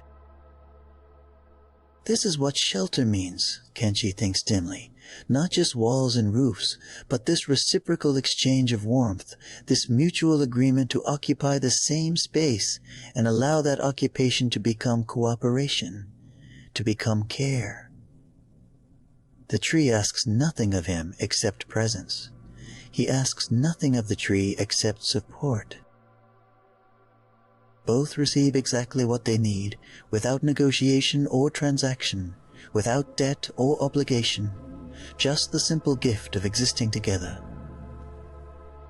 The small creature shifts position, rolls over, tucks its nose under its tail, becomes a perfect circle of gray fur that rises and falls with breathing so gentle it barely disturbs the grass beneath.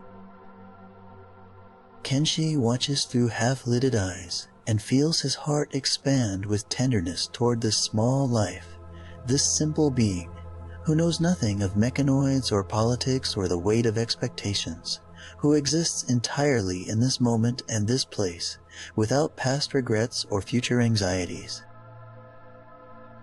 What would it be like, he wonders, to live with such presence, such immediacy, such complete trust that now is enough and enough is everything? Perhaps he's learning, he thinks. Perhaps that's what this meadow teaches, what this willow whispers, what these crystal flowers demonstrate with their persistent gentle glowing. The brook song continues its variations on themes of flowing and falling and gathering and releasing, and Kenshi's thoughts begin to follow similar patterns, forming and dissolving, appearing and disappearing, arising without effort and fading without regret. He thinks of his training, how his grandfather taught him that true strength comes not from tension, but from relaxation, not from forcing, but from allowing, not from control, but from harmony. He thinks of the mechanoids he's piloted, how the best pilots become one with their machines by releasing the need to dominate them, by listening to what the mechanoid wants and working with that wanting rather than against it. He thinks of the people he's met on Geminar, how the kindest ones never try to fix or change or improve him. They simply accept him as he is and trust that's sufficient. These thoughts drift through consciousness like clouds across the moon, present but not persistent, noticed but not grasped, allowed to arrive and allowed to depart without interference. This is the mind at rest, the thoughts that happen when thinking stops trying to accomplish anything, when the brain shifts from doing mode to being mode and discovers that being is actually quite pleasant, quite peaceful, quite enough. Kenshi's jaw relaxes further, his tongue rests heavy in his mouth, his eyes close completely and stay closed, no more half-lidded watching, just darkness and sensation and the slow tide of breathing that carries him deeper into whatever space exists between waking and sleeping. The crystal flower's synchronized pulsing creates a rhythm that matches the human heartbeat in rest. Approximately 60 beats per minute, that magic number where the body knows it's safe, where parasympathetic systems activate and stress hormones decline, and every cell receives the signal that survival is assured, that vigilance can cease, that repair and restoration can begin. Kenshi's heart follows this rhythm without conscious awareness, his body responding to environmental cues that bypass conscious thought and speak directly to ancient brainstem structures that remember when humans lived entirely outdoors, when shelter meant caves and fire, when safety meant being held by the earth under open sky with nothing between self and stars. A night bird calls again, its song even softer now, more subdued, as though it too feels the deepening peace and adjusts its voice accordingly. The bird sounds almost drowsy itself, its notes blurring slightly at the edges, stretching longer, spaces between phrases extending as sleep beckons even to winged creatures who spend their nights hunting. And calling and claiming territory. Everything grows quieter as true night settles, not the silence of absence, but the quiet of presence at rest, of life continuing but slowing, of activity yielding to recuperation, of doing giving way to being. The meadow's grass has stopped its earlier swaying, settling into stillness as the wind dies completely, leaving air so calm that the crystal flower's glow seems to hang suspended, seems to thicken the atmosphere with light rather than merely illuminating it. This still air holds warmth near the ground, creating layers of temperature that Kenshi passes through with each slow breath-cooler air entering his nostrils, warmer air rising from the earth to surround his body, creating gradients and flows that his skin registers without his conscious mind needing to interpret or analyze. He exists in sensation without story, in feeling without narrative, in experience without explanation. The twin moons have passed zenith and begun their descent toward the western horizon, though they'll remain visible for hours yet, their light still bright, still benedictory, still painting everything in shades of silver and shadow that reduce the world to essential forms. Light and dark, up and down, breath in and breath out. Kenshi watches their slow arc through barely parted eyelids, his vision blurred and soft-focused, seeing light more than shapes, color more than objects, patterns more than details. This is the seeing that happens when sharp focus releases, when the eyes soften and peripheral vision expands and everything becomes relationship rather than individual, context rather than content, web rather than separate strands. The small creature near his feet has entered such deep sleep that it no longer moves at all, completely still except for the tiny rise and fall of its ribcage. A reminder that stillness and life coexist perfectly, that movement is not required to prove existence, that being can be so quiet it almost disappears into the landscape and yet remain completely, vibrantly present. Kenshi feels himself approaching this same quality of stillness, his body so relaxed against the willow that he's not entirely sure where tree ends and he begins, where bark becomes skin, where root system connects to nervous system, in some ancient biological kinship that predates separation. The air has grown thick with night-blooming scents, flowers that save their perfume for darkness, releasing it now in waves that wash over the meadow like invisible tides.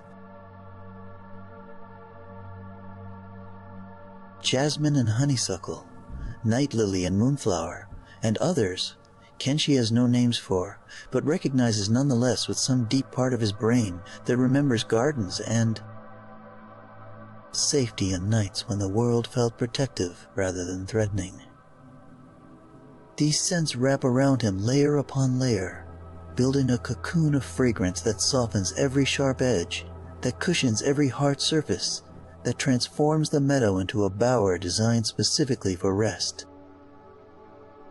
His thoughts have slowed to the point where minutes pass between one and the next, each thought arising complete and whole, existing briefly in full clarity before dissolving back into the quiet from which it came. He thinks the grass is soft. Minutes pass. He thinks the stars are many. More minutes. He thinks, I am safe here.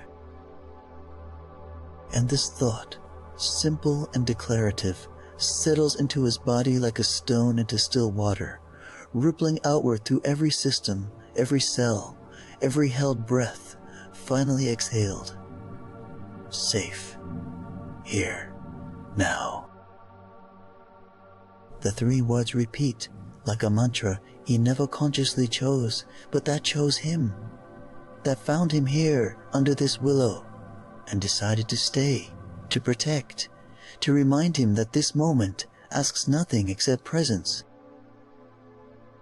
The brook has grown quieter still, or perhaps Kenshi's hearing has shifted to register only the deepest frequencies, the bass notes that vibrate in bones rather than eardrums, that create sensation rather than sound. Water over stone becomes a felt experience more than an auditory one, a gentle thrumming that matches heartbeat and breath, and the slow pulse of blood through arteries and veins. He is rhythm itself, he thinks distantly, and the thought pleases some part of him that has longed to dissolve individual boundaries and merge with patterns larger than self, to become wave rather than particle, flow rather than fixed form. The willow's branches create a canopy overhead that filters moonlight into something even softer, diffusing it through layers of leaves until it arrives, gentle as mist, as subtle as memory, illuminating without insisting, revealing without exposing. Under this living roof, Kenshi feels sheltered in ways that stone and wood cannot replicate, protected by something that breathes and grows and knows the language of seasons and soil. The tree has stood here for decades, perhaps centuries, has weathered storms and droughts and the slow turning of years, and yet it offers shelter now as freely as it did when it was young, asking nothing in return except perhaps the company of someone who appreciates what it offers. More shooting stars trace paths across the sky, appearing with increasing frequency as though the universe itself performs this light show specifically for this audience of one drowsy traveler and countless sleeping creatures. Each streak of light lasts only a moment but leaves an afterimage on Kenshi's retinas. Ghostly trails that persist in darkness, reminders that even brief beauty leaves impressions that outlast the original event. He stops trying to catch each star, stops turning his head to follow their paths, simply allows them to happen in peripheral vision while his eyes rest half-closed and pointed vaguely skyward, receiving light without chasing it.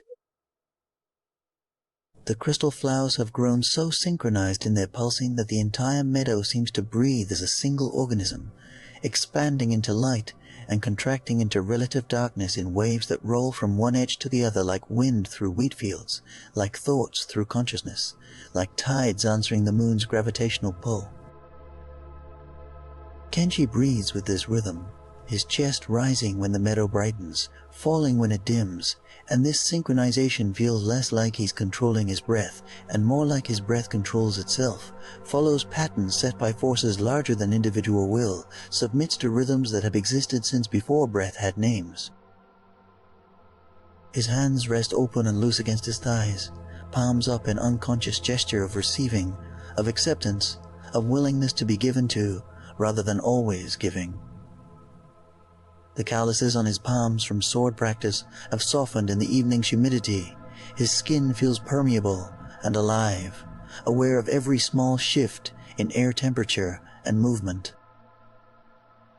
He can feel the meadow's warmth rising through the earth beneath him, can feel the willow's steady presence at his back, can feel the small creature's body heat radiating from 2 feet away. And all of these warmths combine into an ambient embrace that requires no arms, no touch, no physical contact, just shared space, just the simple gift of existing together. Time has become completely irrelevant, measured not in minutes or hours, but in breaths, in heartbeats, in the slow wheel of constellations overhead. Kenshi has no idea how long he's been here.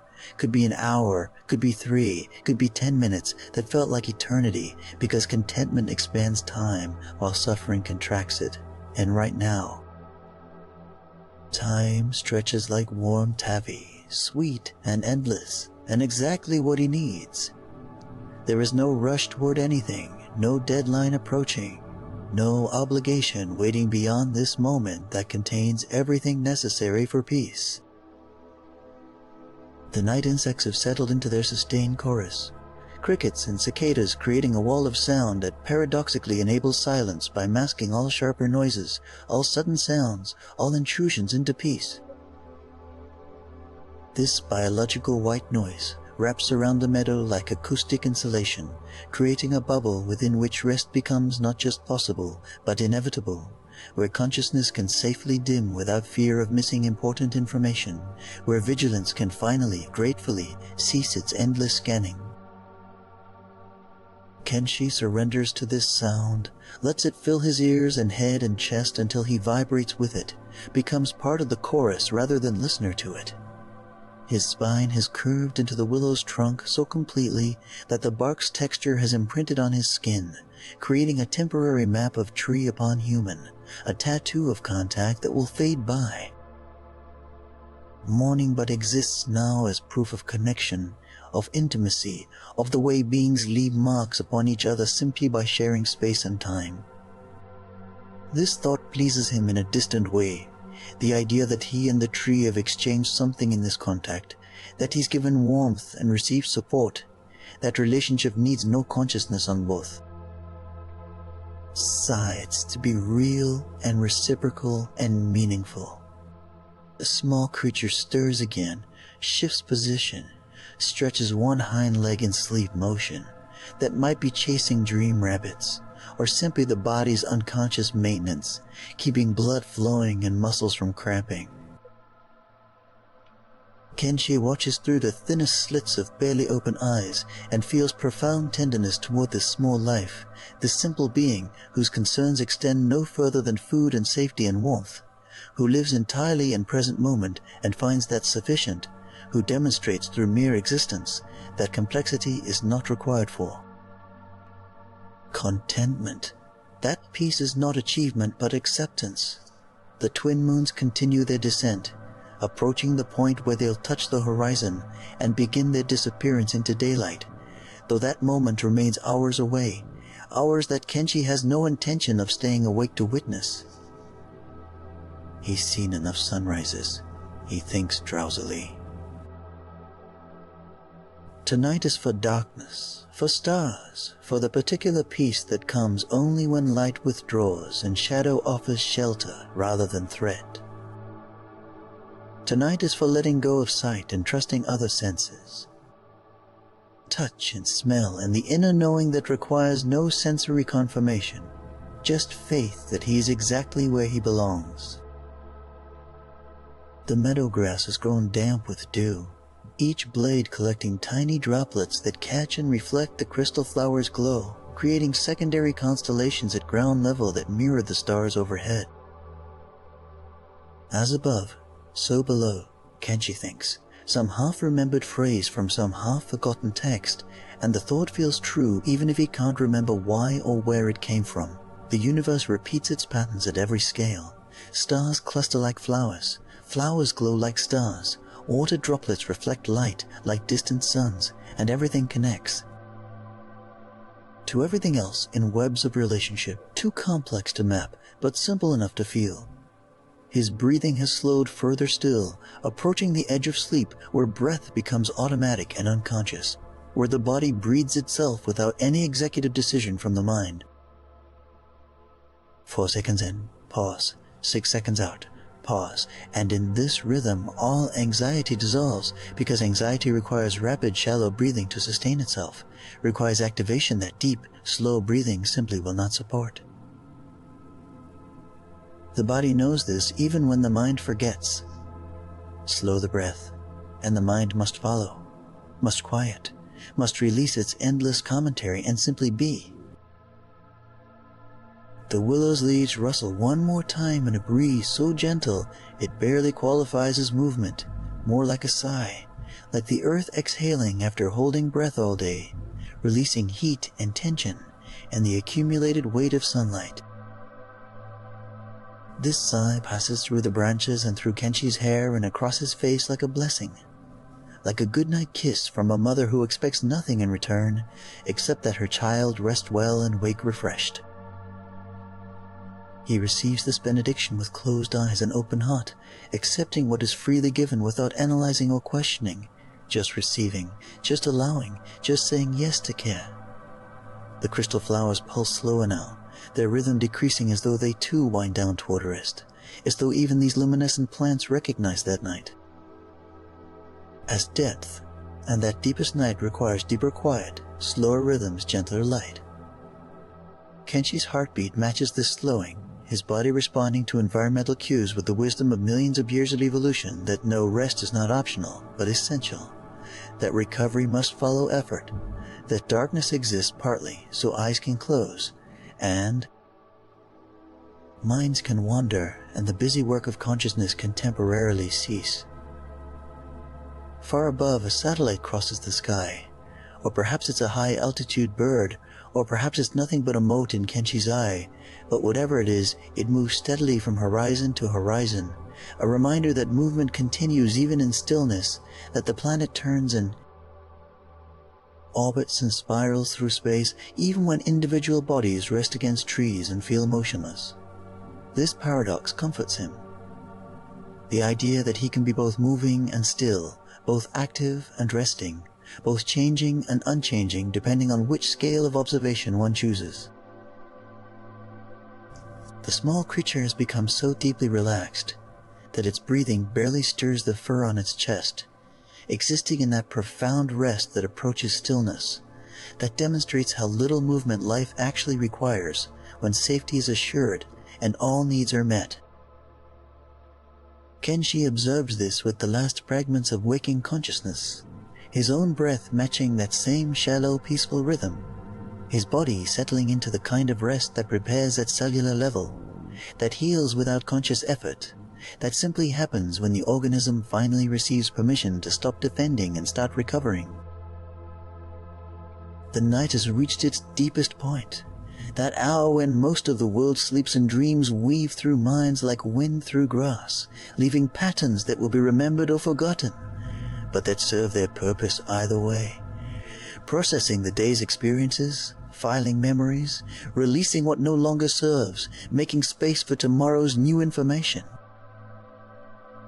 Kenshi's mind has already begun this work, thoughts becoming less linear and more associative, logic giving way to dream, logic where impossible things make perfect sense, and the normal rules of waking life dissolve into pure symbol and sensation.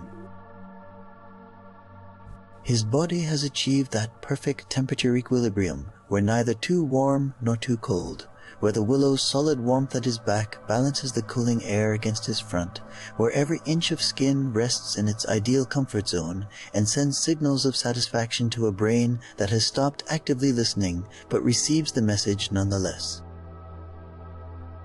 This is the body's own language, spoken in sensation rather than words, and it says, "All is well, you are safe, you can let go now, you can drift, you can dissolve into sleep without fear because this place holds you, and nothing here means harm."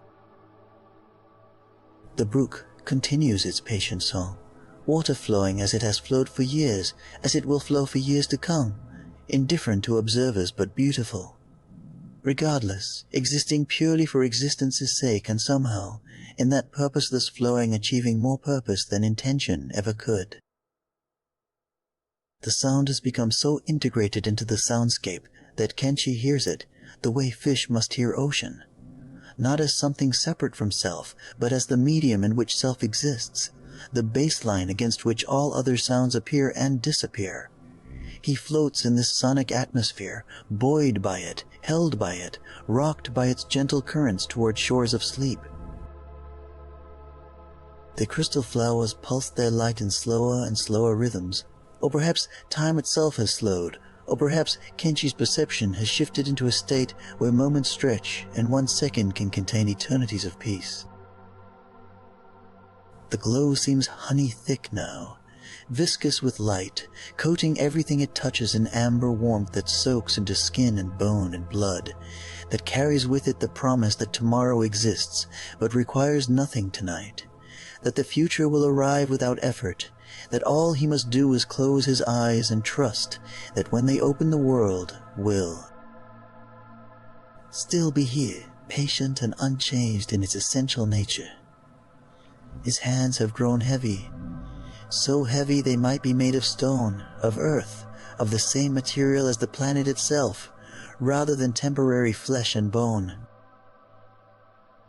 This heaviness spreads from hands to arms to shoulders to chest, a weight that paradoxically creates lightness, because when the body stops holding itself up through tension, when it finally surrenders to gravity and allows itself to be held by whatever surface supports it, then weight becomes release and heaviness becomes the greatest relief. Kenshi sinks into this heaviness gratefully, lets it pin him to the earth, lets it anchor him to this moment and this place where nothing bad can reach him because he is too heavy to move, too relaxed to startle, too deeply settled into peace to be disturbed.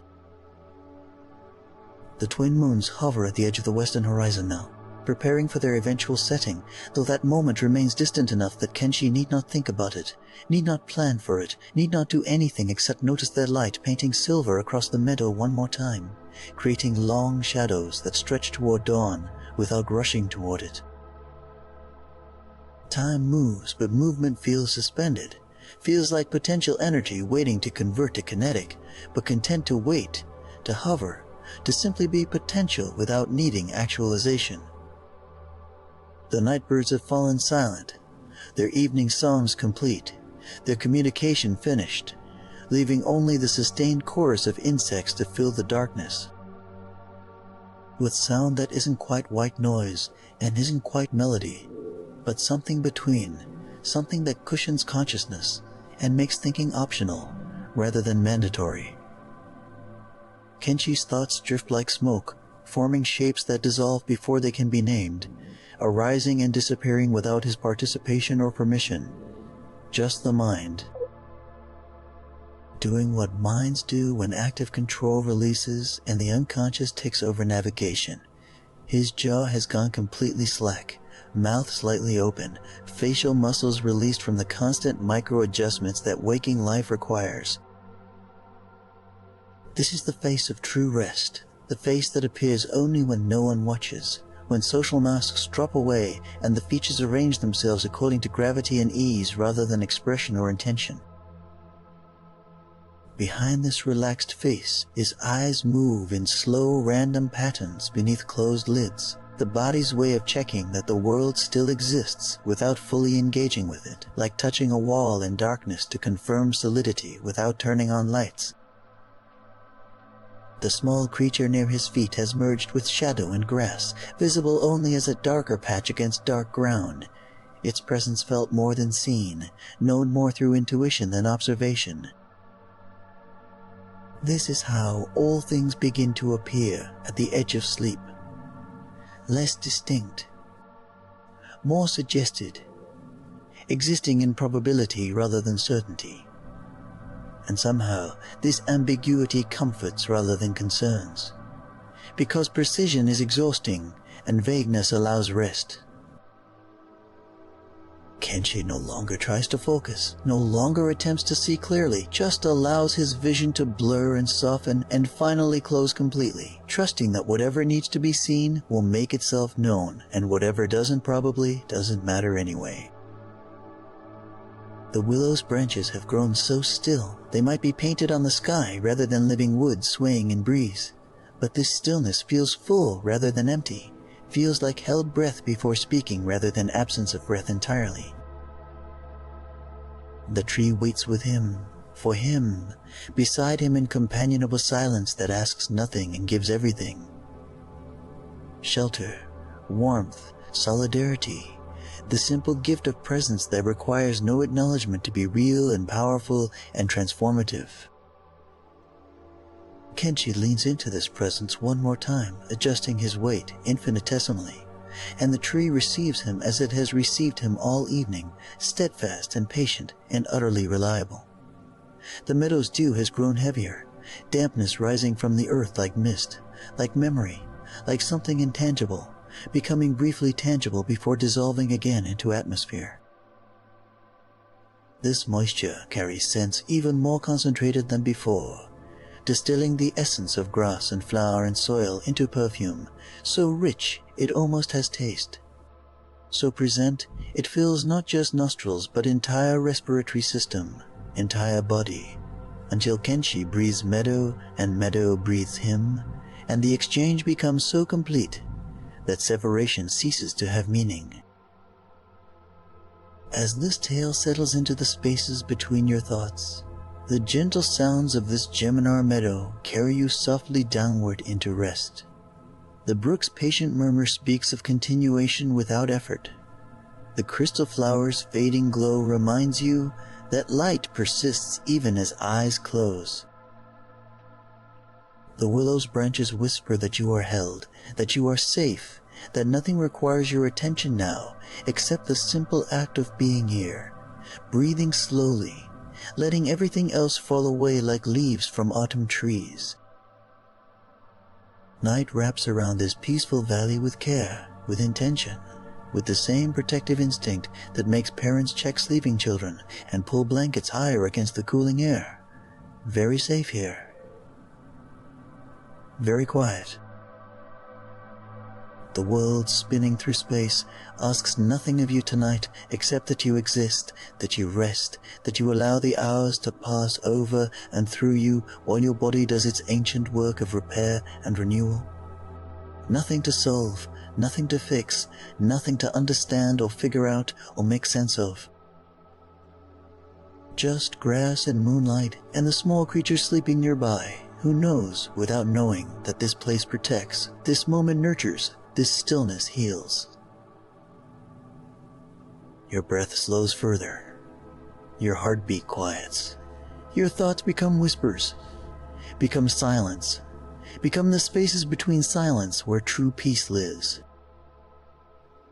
The twin moons paint their last silver across the meadow before beginning their descent below the horizon. But you don't need to watch this. You don't need to witness or document or remember. Your eyes grow heavier, lids weighted with the pleasant exhaustion of a day fully lived and now fully released. The willow's bark presses against your spine, warm and solid and eternally patient, and you sink into this support like sinking into the world's embrace, like being held by something so much larger than yourself that you can finally stop trying to hold yourself up, stop trying to stay alert, stop trying to do anything except receive this gift of rest that asks nothing in return. Your body knows what to do now. It has known all along this ancient wisdom coded into cells and systems, this biological imperative that insists on rest the way lungs insist on air. Your muscles release their last held tension. Your bones settle into their most comfortable alignment. Your breath finds its slowest, deepest rhythm, in through the nose, down into the belly, pause, out through slightly parted lips, pause, and in this rhythm all worry dissolves because worry cannot survive in a body this relaxed, this surrendered, this completely given over to the present moment. The crystal flowers continue their patient pulse. Slower now, slower still, their light dimming not to darkness but to the softest glow imaginable.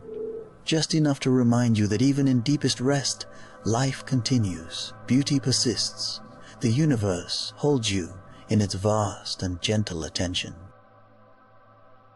You are one small piece of this enormous whole, one brief moment in an endless sequence of moments, and in this context, your concerns become lighter, your burdens easier to set down, your permission to rest absolute and unconditional. The small creature's breathing matches yours now, or yours matches its, or perhaps you both found the same frequency that all sleeping things eventually discover, that perfect pace between heartbeats where the body knows it's safe, where systems shift from active to restorative, where consciousness dims like a candle that has served its purpose, and can now gently, gratefully go out. Nothing to do except rest. Nothing to accomplish except this surrender. Nothing to achieve except allowing sleep to find you in its own time, in its own way, without forcing or rushing or trying to make it happen.